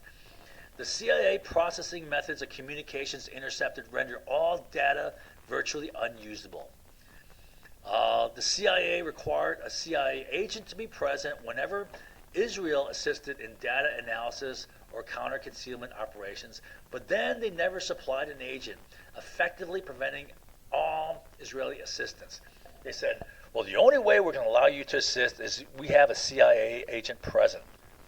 But then they never provided a CIA agent. So Ritter could never get Israeli assistance. And this is things the CIA should be doing for him. The CIA provided UN ESCOM with poor intelligence, providing false leads, and sending the UN ESCOM team on wild goose chases to nowhere. Finally, in 1998, the U.S. CIA attempted to use a fait accompli to create a pretext for bombing Iraq on an Islamic holiday. Now, what was key was Scott Ritter says that Richard Butler specifically told him, we want to bomb him on March 15th because that's an Islamic holiday. This is coming from Sandy Berger, he said, who was Clinton's national security advisor. So Clinton's national security advisor is ordering a United Nations. You know, what the hell? Why the hell is Richard Butler bowing down to the U.S. when he's a UN official, right? That's wrong in itself, right? That's something dirty in itself. And he's taking orders from Sandy Berger, right? And saying that, well, Sandy Berger wants to bomb on March 15th. So this is what happened, right? So Richard Butler comes up to him and says, well, here, what did I say here? U.S. They wanted the time and inspection to occur in conjunction with a U.S. military strike planned on March 15th. Right? The plan was to choose a site highly sensitive to Iraq national security that was known the Iraqis would not allow. That would be the fait accompli. You know they're going to reject it. This noncompliance would then be used to justify an attack. The site chosen was the Iraqi Ministry of Defense. And this is what Richard Butler says. Quote from him. Tariq Aziz gave us the reason when he told Richard Butler, wait a minute, no, this is I guess this is Scott Ritter. Tariq Aziz gave us the reason when he told Richard Butler that to try and inspect the Ministry of Defense meant war. Richard Butler was chairman of the UN ESCOM, came to Ritter and said, this is coming from Sandy Berger. So he said, yeah, this is how he said. He said, this is coming from Sandy Berger, Clinton's national security advisor. He drew on a whiteboard. This is what Scott Ritter says, saying Berger wants to bomb Iraq on the 15th. So he draws 1, he draws a 15. They say we want to bomb here. Why? Because this is a Islamic holiday this year, right? So we need an inspection by the 8th. So he writes on the board 8. We need to have an inspection here. Now you're going to demand to inspect the Iraqi Ministry of Defense, their Pentagon, right? And Tariq Aziz has said that, well, this is off limits. This is the one place we're not going to let you go. It's too sensitive. To inspect this means war, right? So we know they're going to reject it. He has to reject it. He said it. He can't back down on his word. That's what Richard Butler said. When you arrive at the ground, you jam them with a demand to inspect the Ministry of Defense. Tariq Aziz has said that to inspect that there meant war, and he can't back down on his word. When the Iraqis refuse, that will give us the pretext to bomb them on the religious holidays. Well, it's your fault because you didn't let us to inspect. The Iraqis at first panicked and refused to let them inspect, but they gave in and allowed the inspection. And guess what? Well, nothing was found. The Iraqis weren't So and you know the Iraqis weren't stupid in all this, right? They know that we're trying to like maneuver for an attack, right? So they gave in. They had to know a tricky game was being played, all right? And given that, they're not stupid. That would discredit the weapons inspectors. That would increase their likelihood to want to kick them out. So, this is March '98. And according to a contact of Ritter's, I believe he was in the CIA, and the code name Ritter gives him because he wants to keep his identity anonymous because I think he's an active CIA agent. The counselor calls him the counselor. He told Ritter, "Hey, this was the final straw. After that, they quit cooperating." So this is from the counselor. After your inspection of the Iraq Ministry of Defense in March, he told me, the White House got fed up with UNSCOM's inspection. They were not interested in real disarmament, just the illusion of disarmament. UNSCOM's job was to do only that which was necessary to produce 2 reports to the Security Council a year, which legitimized the continuation of economic sanctions. Then the U.S. conducted a bombing campaign. Okay, so what happened was they gave in. They didn't get the chance to bomb them, but the U.S. The U.S. had a big influence here. They pulled out the weapons inspectors in December, and then between December 16th and 19th, they got the bombing campaign anyways, right? So the one they wanted here, they bombed them anyways in December, right? They missed the opportunity here, but they got them in December. And guess when they did it? The days right before Ramadan. Ramadan was on the 20th that year, right? One day before the start of their main religious holiday, Ramadan. I bet that got all the Rockies all happy and joyous, right? It's like them bombing us on Christmas, right? Some terrorist attack on Christmas or the 4th of July. Yeah, that'll make people happy here in America. So I'm sure that's all meant to get them all jacked up. Games that are played. All right. Where we at here? So the effective outcomes of the CIA-U.S. obstruction got Americans to believe that Iraq had WMD and were concealing, which justified sanctions in Iraq, which did not result in an internal overthrow of Saddam, but instead caused the death of 567,000 Iraqi children, which then became one of bin Laden's key motives for attacking us on 9/11. So this worked out great. Discredited the weapons inspectors in the eyes of the Iraqis, predisposing them to reject inspectors, right? But if they kicked out the weapons inspectors, that would be used to prove in the minds of the American public that Saddam did in fact have WMD and was concealing, right? It's all about perceptions, justifying a U.S. attack.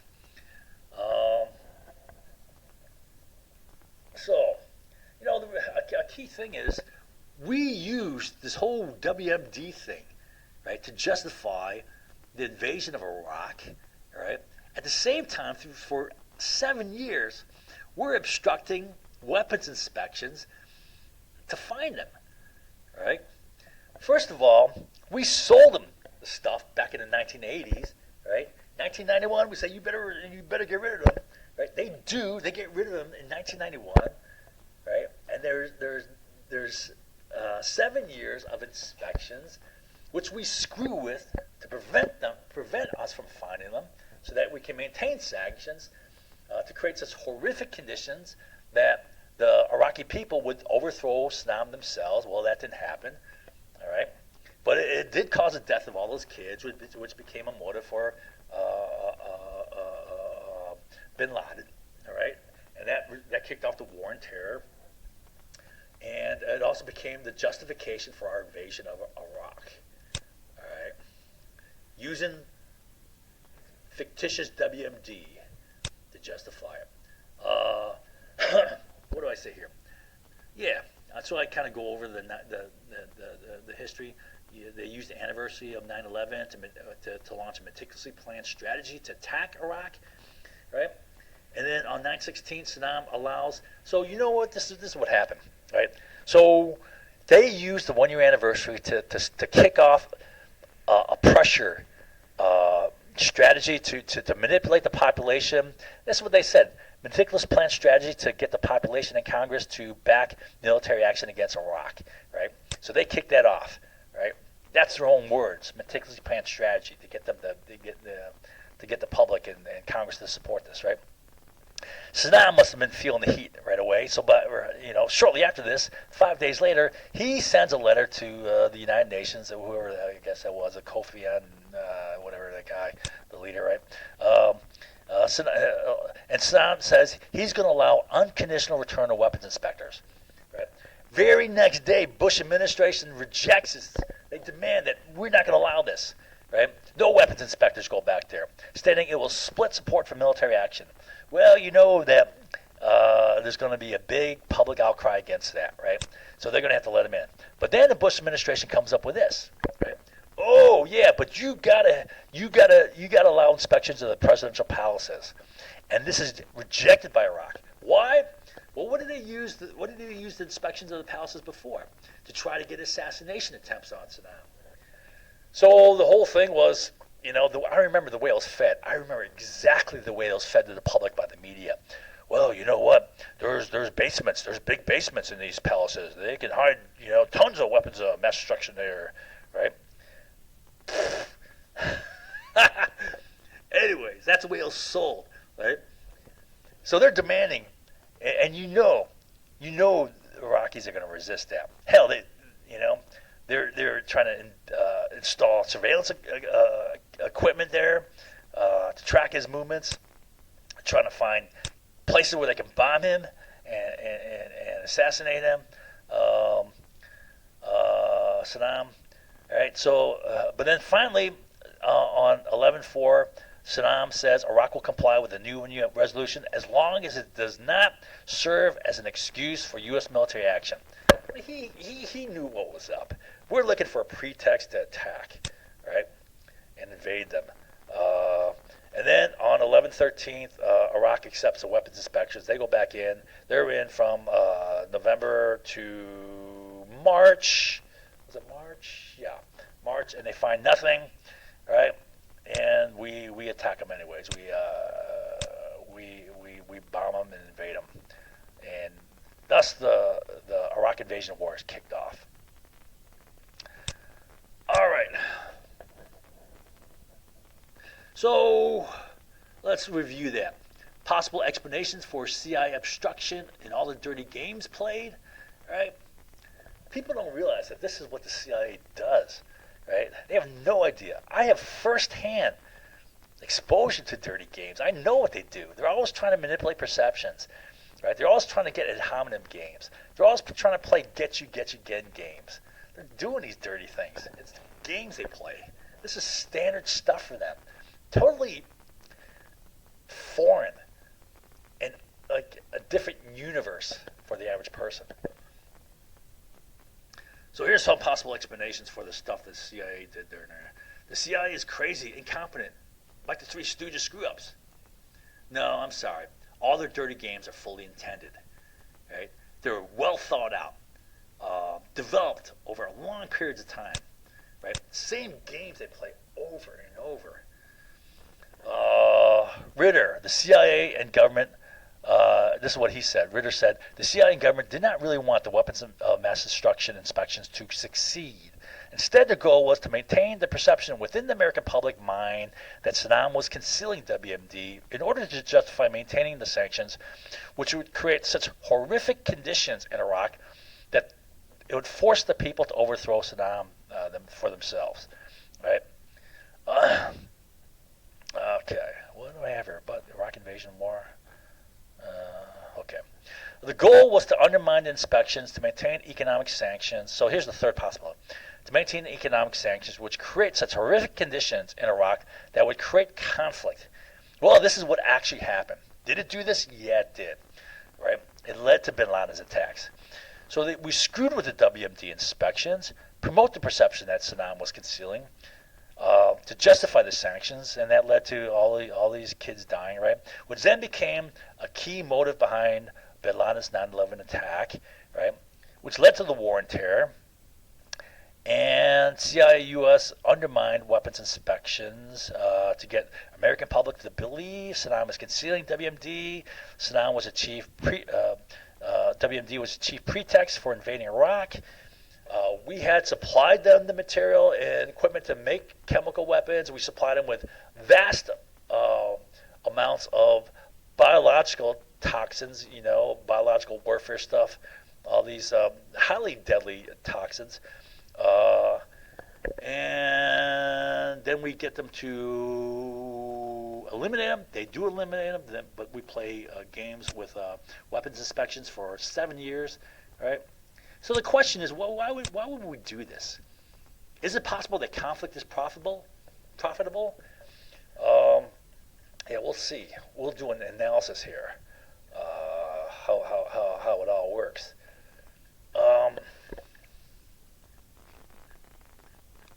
Let's see here. All right, so let's talk about the first Gulf War created the driving motives for Al Qaeda, for bin Laden, leading to the 9/11 attacks on the U.S. All right.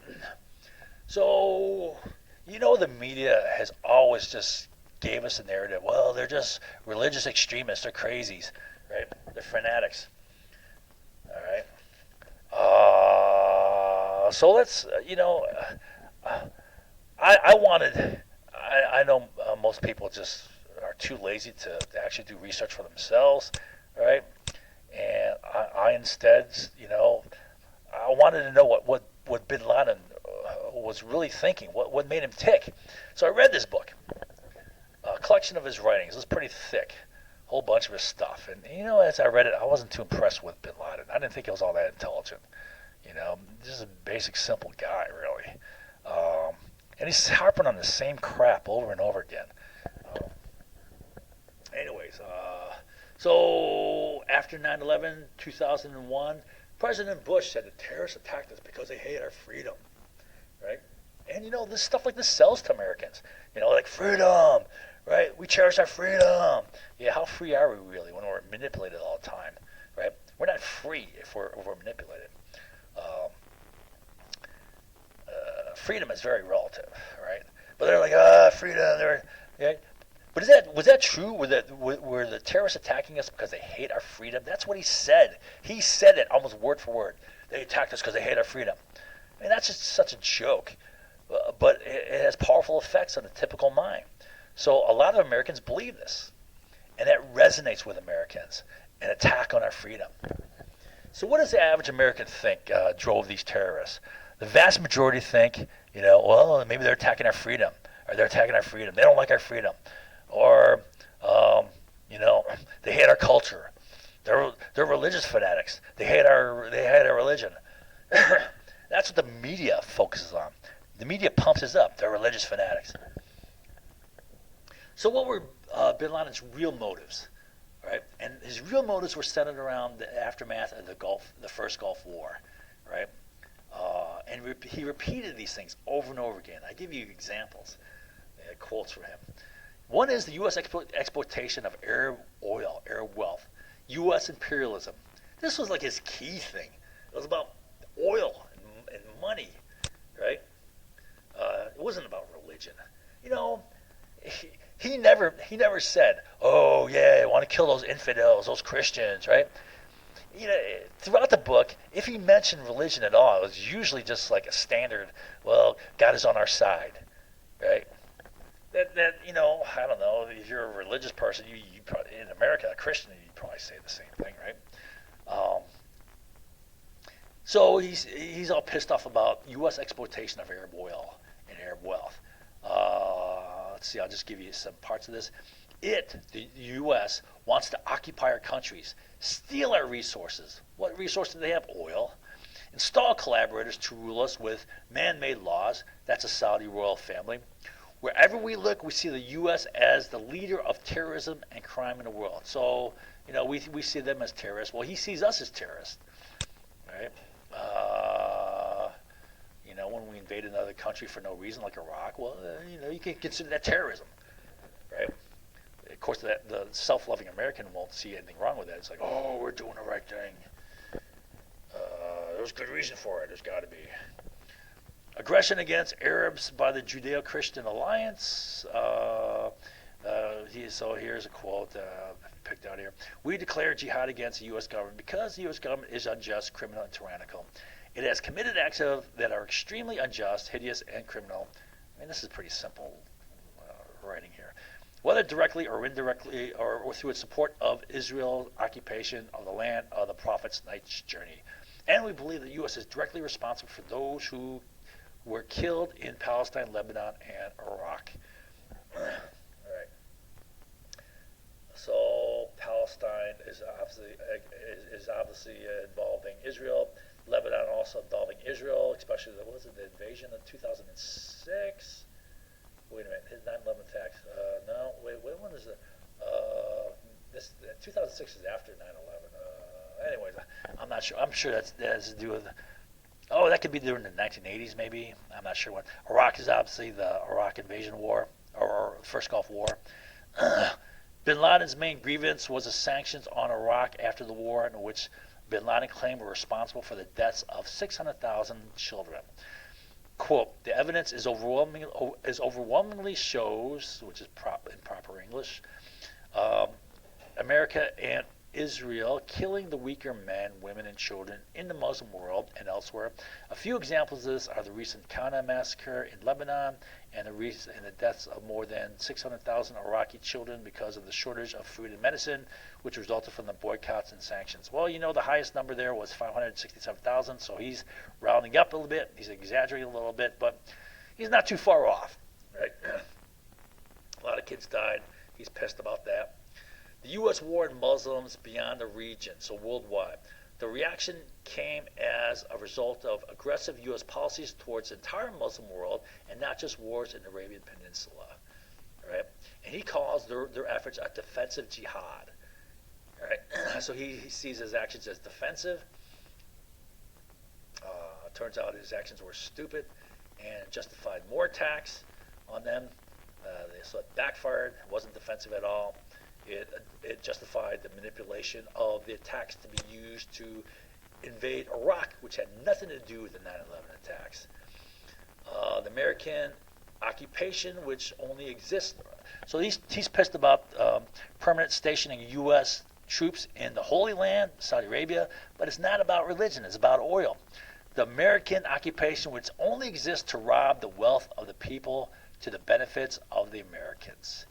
All right, so he's pissed about oil, money, material again, right? Not religion. The devastation to the Saudi economy and standard of living. Remember I told you how oil prices fell.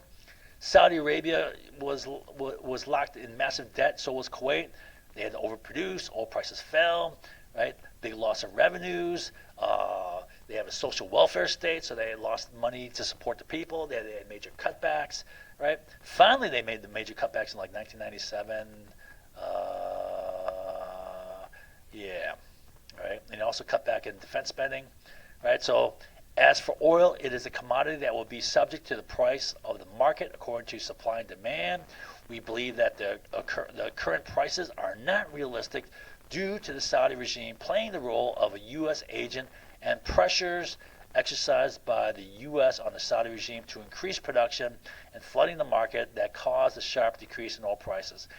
Well, it wasn't so much like governmental pressure, so much as it was financial pressure due to the major debt, which was due to the war, the first Persian Gulf War.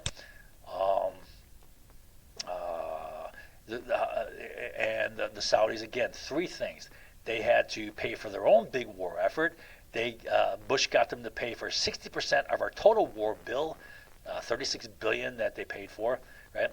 And the Saudis made big military purchases after the war, big ticket items, F-15s, Challenger tanks. All right. So the first Gulf War played a central role in all of the above of these. Right. Therefore, the first Gulf War was a key cause for the war on terror. It was a key cause for the 9/11 attacks and thus the war on terror. Now, does the media tell you this? Hell no. They pump up the religious fanatics, right? They're crazy religious fanatics. All right. Okay, what do I say? Media report. Oh, another thing I say, media reports every attack as by an Al-Qaeda-related group, right? The biggest amount of insurgents in the country were not Al-Qaeda, right? They're not Al-Qaeda related. They're ex-U.S. ex-Iraqi military, right? Pissed off that we invaded their country and dismantled their military. So they got their weapons and they started fighting us. All right, so 1991 and 1997, OPEC is flat on its back, and oil prices fall at a time when they should have been soaring. Right? Why should it have been soaring? Because the Soviet Union fell, and oil production was cut in half out of there. 6 million barrels per day lost. All right, to the market. That's huge. That's a monster sum. Right? And yet the oil prices are falling. Asian economy taking off, increased demand. That should have kicked up oil prices as well. But no, they're falling. All right. And the key reason was OPEC is out of whack, flat on its back. 1998, July 1998, Saudis make their first cuts in defense purchases and cutbacks in social welfare programs. I told you about that, right? So they're tightening their belt, and then the Saudi people are starting to suffer. I read a statistic once that before the first Gulf War, the average annual income for a Saudi family was $25,000 U.S. Right? By this time, late 90s, it fell to 13,000. So roughly half their annual income. And remember, a lot of us depend upon oil, right? Oil for their economy, oil for the public welfare state. 1999, right? Okay, so they make their first big cuts here, and then the following year they make their first major production cuts, right? 12% cuts. Now, as we said, this was the thing that other OPEC nations demanded, right? So wait a minute here. I'm missing the Asian economy. Okay. Oh, okay, yeah. So in 1997-98, the Asian economy crisis occurred. It was kicked off by some crisis in Thai currency, and the Asian economy dumped. When this occurred, oil demand plunged even further. Oil prices plummeted, rock bottom. So OPEC nations were really stuck in dire straits. So this is when Saudi finally, made their first big defense cuts. They're like, man, we got to do something, right? And they buckled in, made their first big cuts in defense purchases, right? And they cut back on their social welfare programs, which then risks political domestic instability, which then again pissed off bin Laden. Now March of 1999, Saudis make their first major oil production cuts, 12%.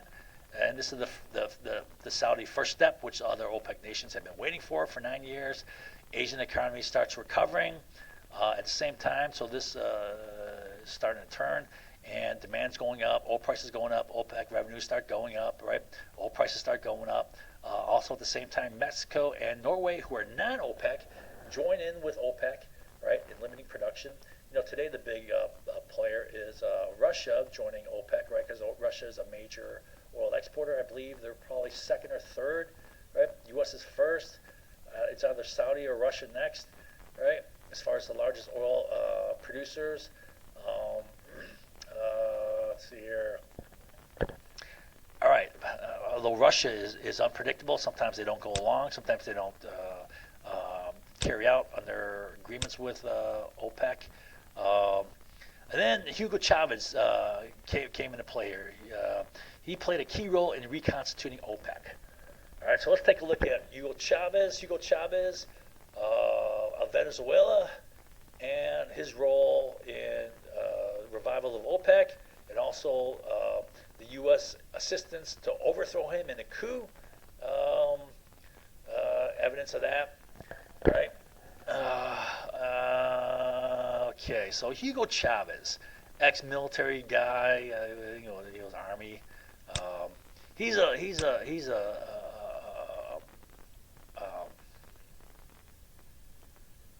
He's a flaming communist. All right, so he's a communist, but he's democratically elected. All right.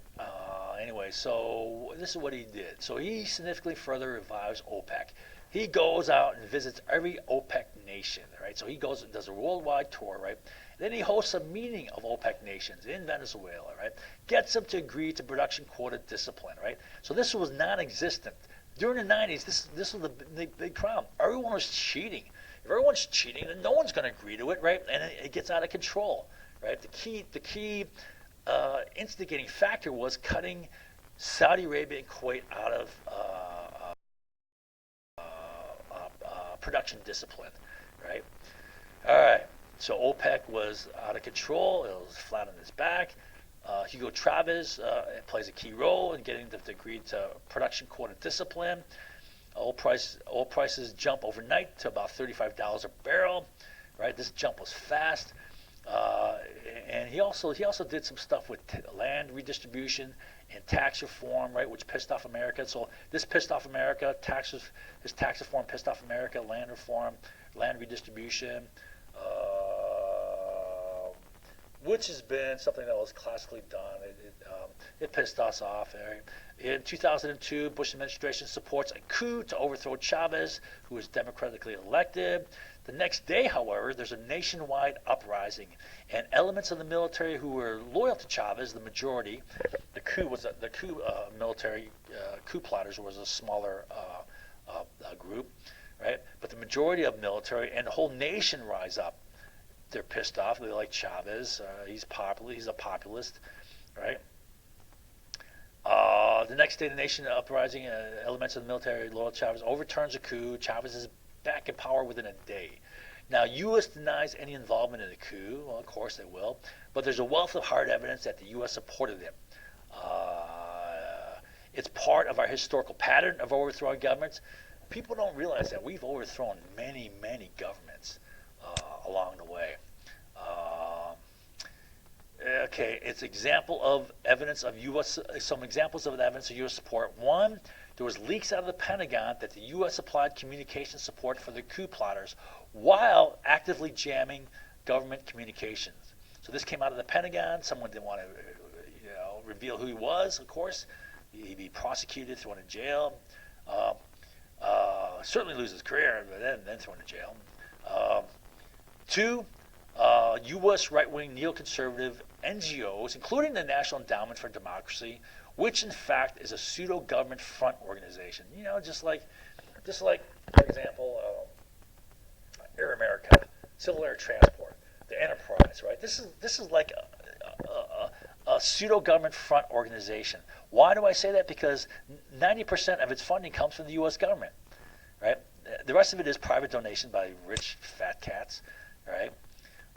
But the vast majority of its funding comes from the U.S. This is a government organization being pawned off as private, and its purpose is pro-democracy, right? But it really is an overthrow organization. We'll talk about these NGOs in the next lesson, right? And how they operate, how they were started. Who was the guy that started Wiseman or something like that, right? He said that this organization. He's quoted as saying this organization was created to do what the CIA used to do in overthrowing governments. So they're funneling money to the coup plotters, all right? Then the leaders of the coup met with the Bush administration officials in the months just prior to the coup. The top U.S. military liaison officer in Venezuela is videotaped leaving coup headquarters on the night of the coup, right? And immediately after the coup, the Bush administration press secretary Ari Fleischer gave you can say it's formal recognition. He gave recognition to the military coup government. You could say this is formal recognition. He made a public statement here. Quote, Washington, however, acknowledged the new government. This is after the coup government came into power. Quote, a transitional civilian government has been installed, Mr. Fleischer said on Saturday. This government has promised early elections. So he's giving recognition to this coup government. You overthrow the government in a military coup, and he's giving recognition to it. That's official Bush policy. So this government has promised early elections. Okay. Sure. Right? It's a military coup, military junta. Now, how should the U.S. government have responded to a military overthrow of a democratically elected government? Right? Now, I know Chavez was a communist, and I'm not, I don't like communism, right? I know it's ineffective,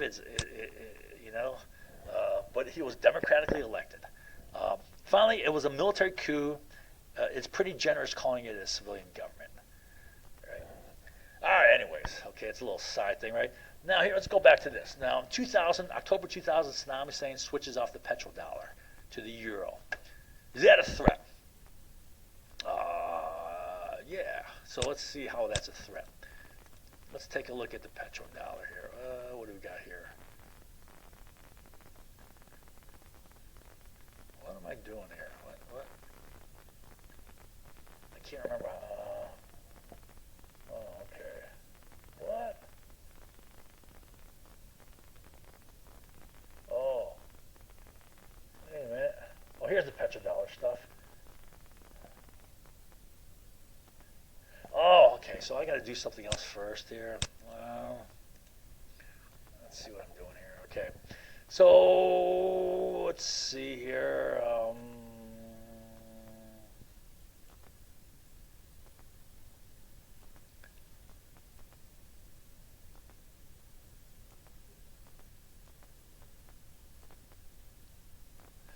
right. I guess I want to say this. Why is this here? Petrodollar. Here's the threat of the petrodollar. Remember I showed you this before? This is the Far Side comic strip from Jim Unger, and these guys cooking his food with a stick. These guys cooking it with their hands, and then this guy says, "Hey, look what Zog do." Right? No, but I say, "Oh, yeah, okay." This guy's saying, or here's a rock. I'm so happy I switched from the dollar to the euro. Right? Right? And all these guys say, all the other oil-producing nations in the world say, "Hey, look what a rock do. Let's switch off the petrodollar to some other currency, like the euro, or maybe the yuan, or the ruble, or whatever. Most likely the euro would be the other alternative, right? And that's what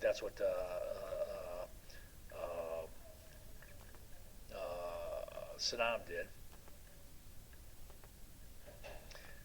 And what do I have here? Oh man, I can't remember. All right, so let's take a look at this. All right, do I want to do this now? I gotta figure this out.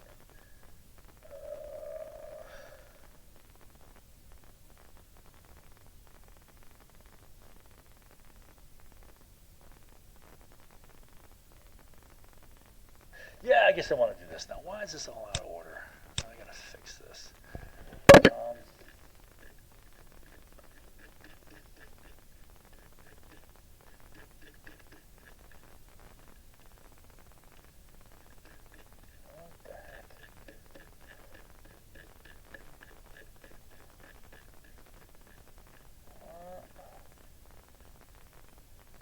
Day 2.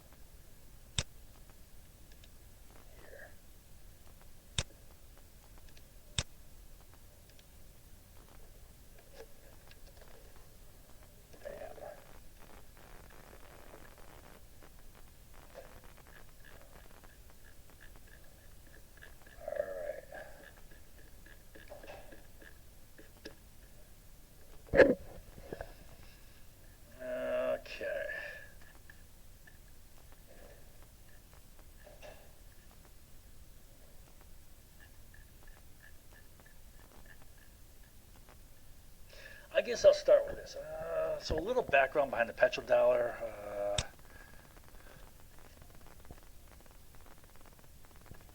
Oh wait, what did I just do? Oh, that's okay.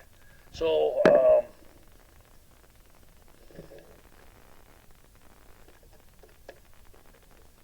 petrodollar background.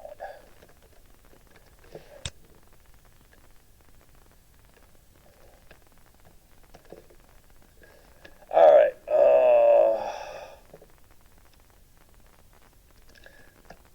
Vietnam War and war on poverty, Great Society. All right. That's causing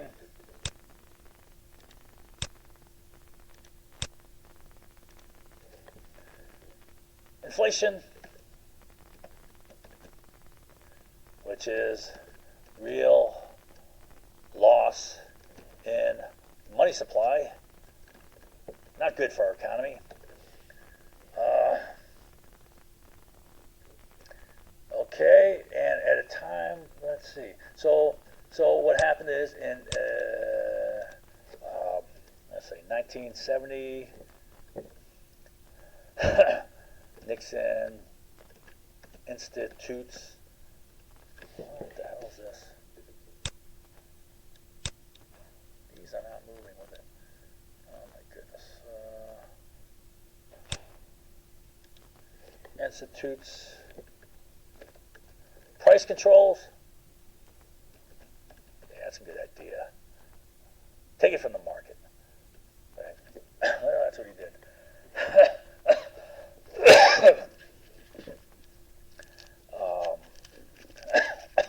Okay.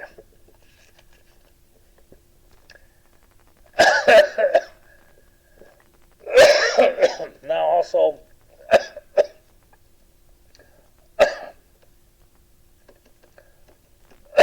Bretton Woods.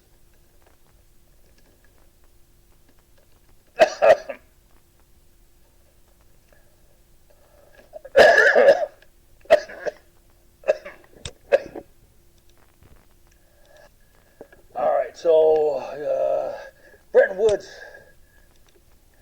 was set up. It was set up in 1944, I believe. 1944. I'm not sure when everyone signed up to it, but that went on until 71. And the whole purpose of this, like I said before, the purpose of Bretton Woods was to bring, the main thing about Bretton Woods was to prevent nations from following the super self-serving, economically aggressive policies that led to World War II, like radical currency devaluations and setting up of these autarkic trading blocks, right? Which were mutually aggressive, and so it sought to stabilize currencies by pegging all currencies to the dollar, and then pegging the dollar to gold to have some reliable basis to the dollar, and then to increase the exchange by stabilizing the exchange rates between and essentially as a means of going back to the gold without having to have all currencies pegged to gold, right? They're pegged to the dollar, right, which is pegged to gold. All right. I imagine it's a means of having a gold standard with limited gold supply.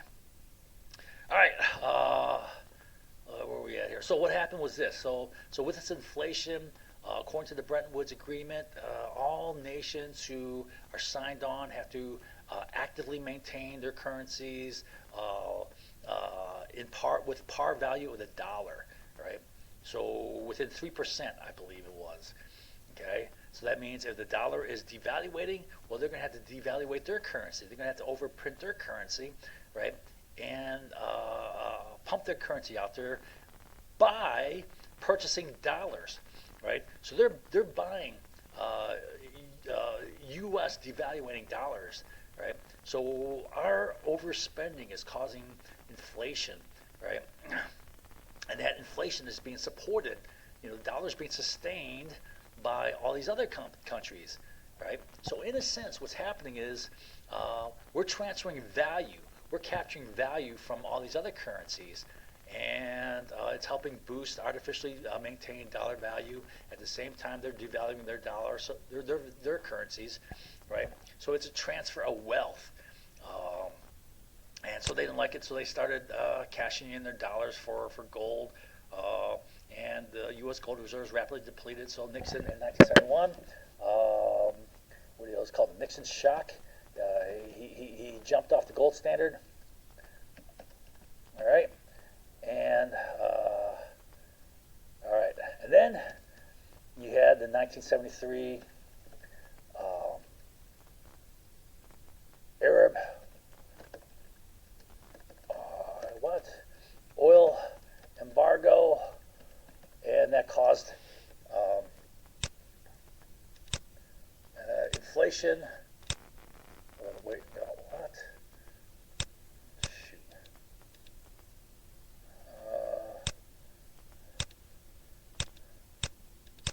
That caused inflation, big increase in inflation. And so Nixon established the petrodollar.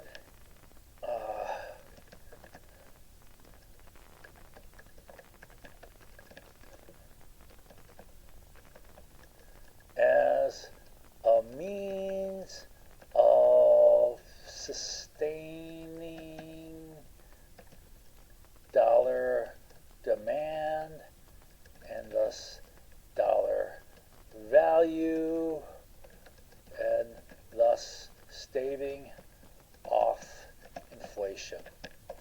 All right. And also, I said he wanted to use, they believe they'll facilitate recycling of currency back to the United States. All right, so that's a petrodollar. That's how all they got started. All right, what do I have? What did I have here?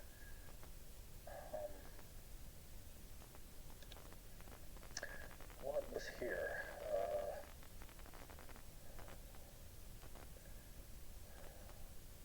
What's all this?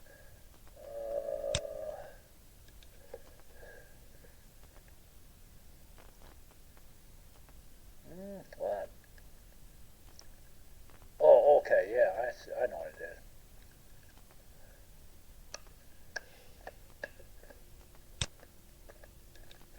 All right.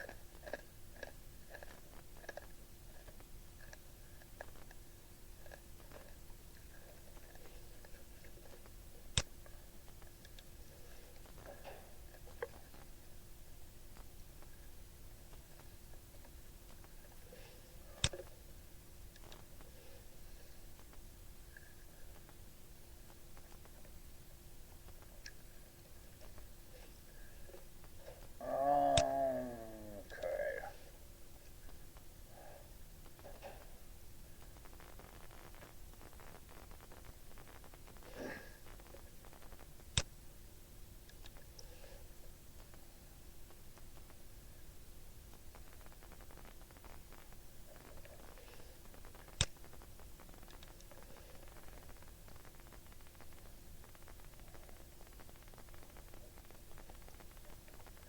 Okay, so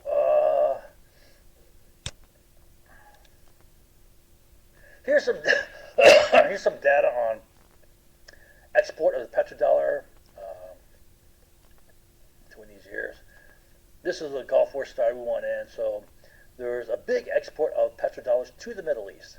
So Middle East is going up. So you see, it's very small to non-existent here, but with the Gulf War, and I don't know. This is just this is a correlation. This doesn't prove exact causation, but you got to think it's because Saddam Hussein went off the petrodollar completely. He went on to the euro in 2000, right back here, right?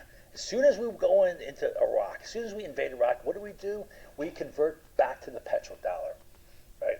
One of the first things we do, right? We do de-Baathification, we destroy the Iraqi army, and we go back to the petrodollar. All right. So there's a big increase in exports of dollars into the Middle East for the next several years, right? And then you have, this is the whole 2011 Libya thing, right? Gaddafi's kicked out, right? Again, I can't prove this as causal, but it's just very suspicious that as soon as Gaddafi's out, Gaddafi wanted to go on to so Saddam goes off the petrodollar in 2000. Beginning in 2009, Gaddafi initiates a move off of both the petrodollar and the French franc. So the French franc had dominance in Western Africa here, right? These were all, traditional French colonies, right? And the currency used there was a French franc. Well, Gaddafi in Libya, he envisioned that they could go to a Arab currency, Arab dinar currency, which is gold back. Gaddafi was building up big gold reserves, right, to get this currency in play here. And he wanted to move off both the petrodollar and the French franc, right, establish this as a zone where the Arab dinar dominates, right? And why is it important to get currency? Because with currency, if you get to create value, right? You get to print in money, right? And it's creating value from paper or from nothing these days, from electronic accounts, all right? So there's huge seigniorage. Then in 2001 or 11, there were manufactured claims that Gaddafi was using rape as a weapon of war, which was proven false, but the media continued to run the story, all the major news media networks, right, and justified an attack on support for rebels and overthrowing Gaddafi in Libya, all right. France was a big initiator of this.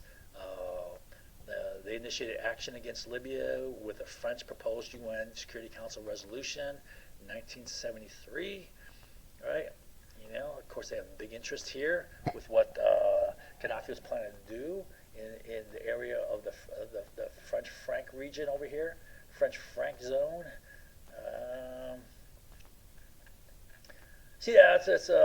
We're talking. Okay, so now I want to talk more about the petrodollar here. So Gaddafi was taken out in 2011, and now Libya is a failed state and haven for ISIS.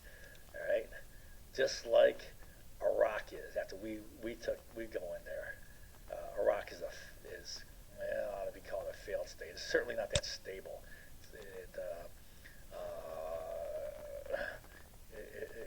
It was weakened enough that ISIS could take root there. All right, so why is the petrodollar important? All right, I'm going to try to explain that with this. I can't remember how I did this with this, but we'll go through it. All right, so we'll start with A here. You have big, greater than 50% expenditures for weapons and Iraq war. What? Greater than 50%? What is that? Greater than 50%? Why 50%? Oh, yeah. So you know how we said that the military is roughly around 4% of our GDP. Well, as far as the federal budget, every year the federal budget, military is always at least or more than 50% of the total federal budget. So the biggest ticket item is military, right? And you had big expenditures on top of your typical ones for the Iraq invasion war, and not only that, you had all these huge contracts for private military security contractors for what's called LOGCAP, Logistics Civilian Augmentation Program, right? Big bills for that.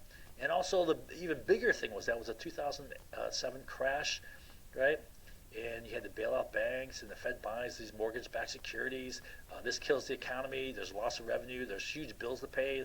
Plus, there's less tax revenue with the economy in shambles here, right? So it kills the economy. Any other big deficit spending like stimulus package. So these are big spending ticket items, right? There's huge bills to pay, right? How do we pay for all this? Do we pay for this by raising taxes? No, we don't do that, right? It's not politically feasible, right? the super rich would be the ones paying for most of this, so they're not going to want this, right? They have the most political influence, and they're not going to want to pay for this.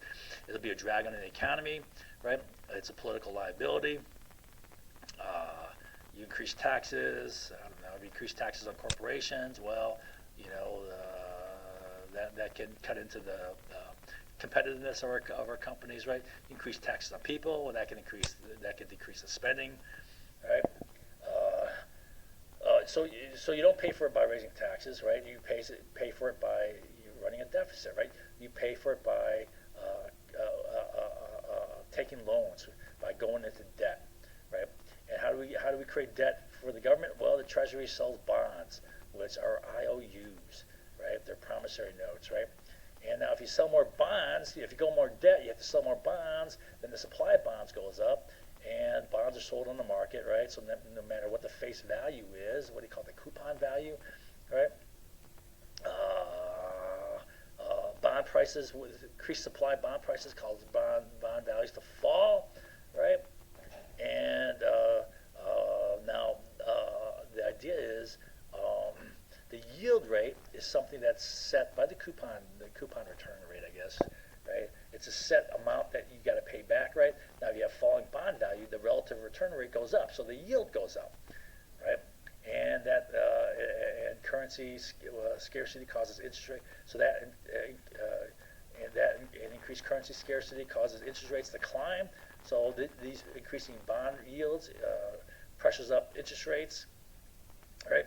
Rising interest rates are not good for the economy, right? It can cause a slowdown, cause a recession. Even the threat of Fed raising interest rates can cause a lot of instability within markets, for example. They fear a recession, slowdown, right? The Fed Reserve has 3 tools to prevent interest rates from rising. Well, now they're trying to raise interest rates, right? Fed Reserve 3 tools uses open market. They use open market operations. This is the primary means, and what this means is they buy and sell any sort of asset. It doesn't have to be bonds or securities, but traditionally it was just government bonds, right?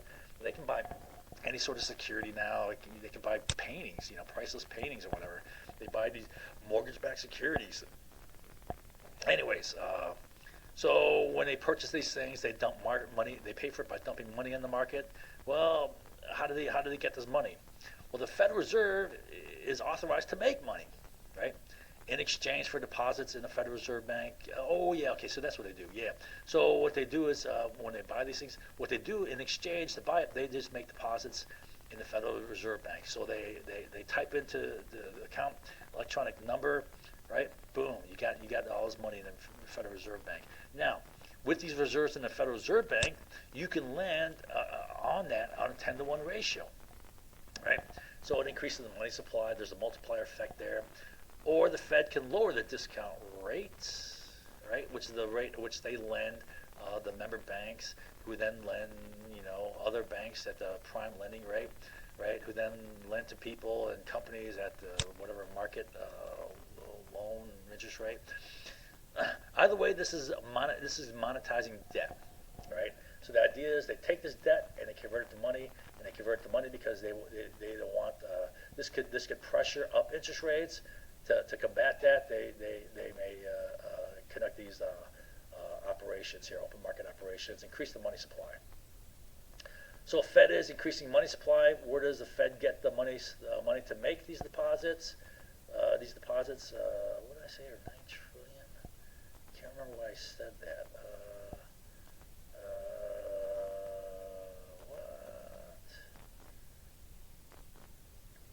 Well, I guess that's what our deficit is, our debt, national debt. Well, anyways, they get to make it. That is our national debt, I believe. 9 trillion.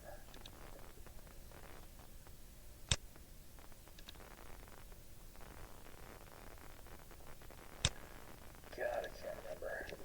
9 trillion debt.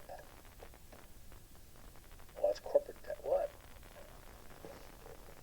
Corporate debt.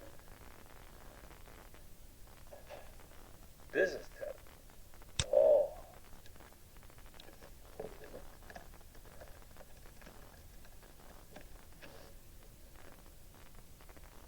Oh, 15 trillion. 16 trillion. And intergovernment holding. What? What is intergovernment holding? Intergovernment holdings. Huh. Well, it says total national debt. National debt 21.6. That's over our GDP. Okay. Shut the fuck up. 21.6.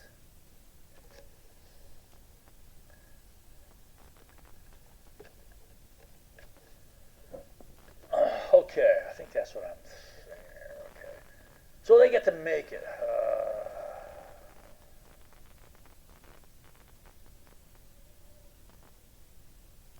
What am I saying there?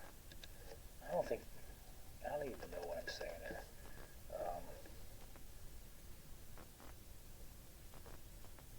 All right, so they get to make the money now. So when they make these electronic deposits, right? That's huge seigniorage. Seigniorage is the profit you make on making money. I mean, how much does it cost to type it into a computer system? You know, barely anything at all, right? So they're making huge profits off of this, right? Now, the Fed, according to the Federal Reserve Act of, was it 1911 or something like that, they're allowed to earn 6% profit level, right? But 6% on huge is still huge, right? They're making huge profit. And the Federal Reserve is a private bank. So they get to make money for nothing. This is like that Dire Straits song, "Money for nothing, you get chicks for free." Right? They get to make money for nothing. How about that? Now, people typically think of the Fed as being a branch of the government. It is not. It's a private bank, right? Now, sure, the directors of the Fed, chairman of the Fed is appointed as a government official, right? But keep in mind that the owners of the bank, the people behind the scenes, right, are private people making big money. Okay. Making money to pay for all the spending, and this can be done without inflation with the help of the petrodollar. So the petrodollar helps maintain dollar value. So as you're increasing money supply, right, that can be inflationary. Supply goes up, value goes down, right? So let's see, they make it, increases the money supply. This will then lower interest rates, but it'll also have the effect of it could be inflationary. QR. So you increase the money supply. It's a form of silent taxation. That's what Milton Friedman said, right? Or it's a transfer of wealth. The new money has value, which is transferred from the existing stock of money. So the new money doesn't just miraculously have value. It takes it from all the rest of the money, right? So as you increase the supply, well, then the value has to go down, right? And that's shared by the rest of the money. That goes down, right? So the value of your money will go down as they increase the money supply, right? Unless there was a source of additional demand, like the petrodollar. But there's other sources of demand. For example, a key thing was, as interest rates goes up, right? Then what happens is there's an arbitrage where foreign currencies pour into the United States to be exchanged for dollars so that they can take advantage of the higher interest rates in the United States, and that increases the demand for dollar. That's probably the big one, right? There's also demand for U.S. goods.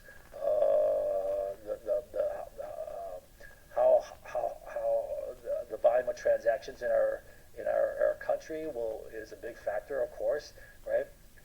A growing economy will increase demand. There's many factors. Another factor is if there's any insecurity, there's volatility in the stock market. For example, people fear a recession, and then they're selling off, right? What do they sell off to? Well, they often sell off, and they want something that's both secure and liquid. Well, what's perfectly secure and liquid? Well, the U.S. dollar. So if there's market instability, that can increase the dollar demand. People looking for some sort of liquid security. there's a number of things that affect dollar value.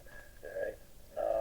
The new money has value, which is transferred from all the existing stock. Milton Friedman called this a solid form of taxation. It is, right? It's picking your pocket without you even knowing it. Ultimately, it is a tax on all goods and services bought and sold throughout the world. Thus, the dollar rides on the back of all the world commerce. So the dollar is the key world currency, right? How does the dollar get its value? Like all things, supply and demand, right? The dollar gets its value because it has demand. People want it, right? It has utility, right? It's a safe currency. It's a stable currency. It's a currency that has utility in that it is used as a universal exchange commodity for goods, right? It helps facilitate transactions, and so it has value, right? But it comes from all the services and goods that are exchanged worldwide, right? So that's how it gets its value. Now, if it's losing its value, people get pissed off, right? People are losing money with inflation. Prices are going up, right? It pisses off people, and plus it's bad for the economy, right? Why is it bad for the economy? It hinders growth, right? It represents a real loss of money supply, and you just simply, right? What is the GDP? It's a function of both the quantity of money and the circulation of money, the velocity of money, right? So this is a loss in the quantity of the real quantity of money, because if the value of each dollar goes down and there's a set amount of dollars, well, then you just lost money supply. Where are we at here? So T, where's T? Okay, so increasing is inflationary, right? People are pissed off. The U.S. bonds are redeemed in dollars, right? If those dollars are now worth less due to inflation, then U.S. bonds are a bad investment. No one can buy bonds, so or maybe they're less interested in buying bonds. If there's less interest in buying bonds, right? There's less demand for bonds. The value of bonds falls even further, right? So increased difficulty to sustain current accounts deficits with China. Let's see here. Financial institutions and other nations like China buy the bonds with China, but China cornered. What am I saying here? Buy, but China cornered outpriced. What? I can't remember when I said that. Treasury sells bonds, so.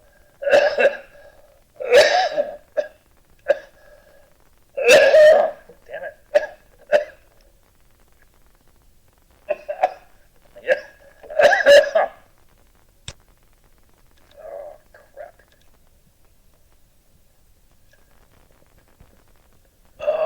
Yeah. All right, so I do remember why I said, but China cornered, China cornered, right?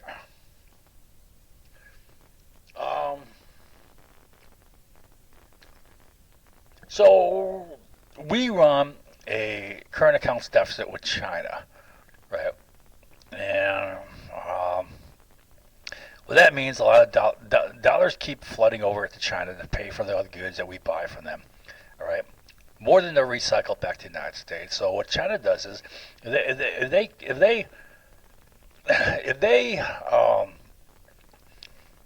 didn't recycle U.S. currency, what would happen is the supply of U.S. dollars within China would go up and the value would fall, which causes a relative increase in the value of China's currency, the yuan, right?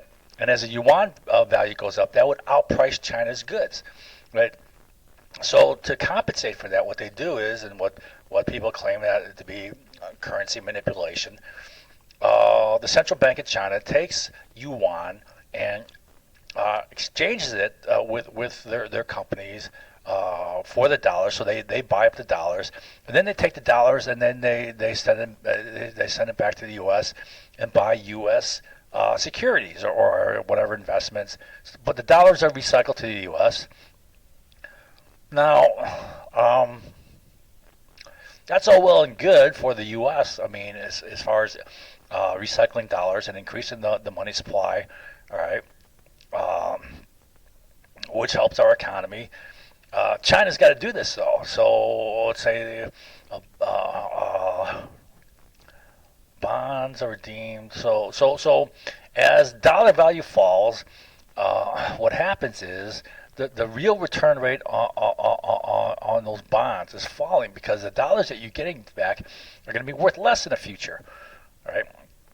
But China's stuck in having to do it. They're kind of cornered. They're stuck in having to do this, right? So to a certain extent, they're stuck in buying U.S. Treasury bonds to maintain, that trade. All right, I think I got through that. I got to do it better next time. This is, I just thought up all these factors that affect demand for dollars here.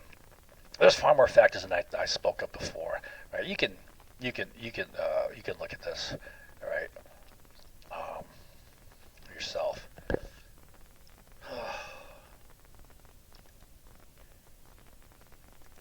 Getting tired here.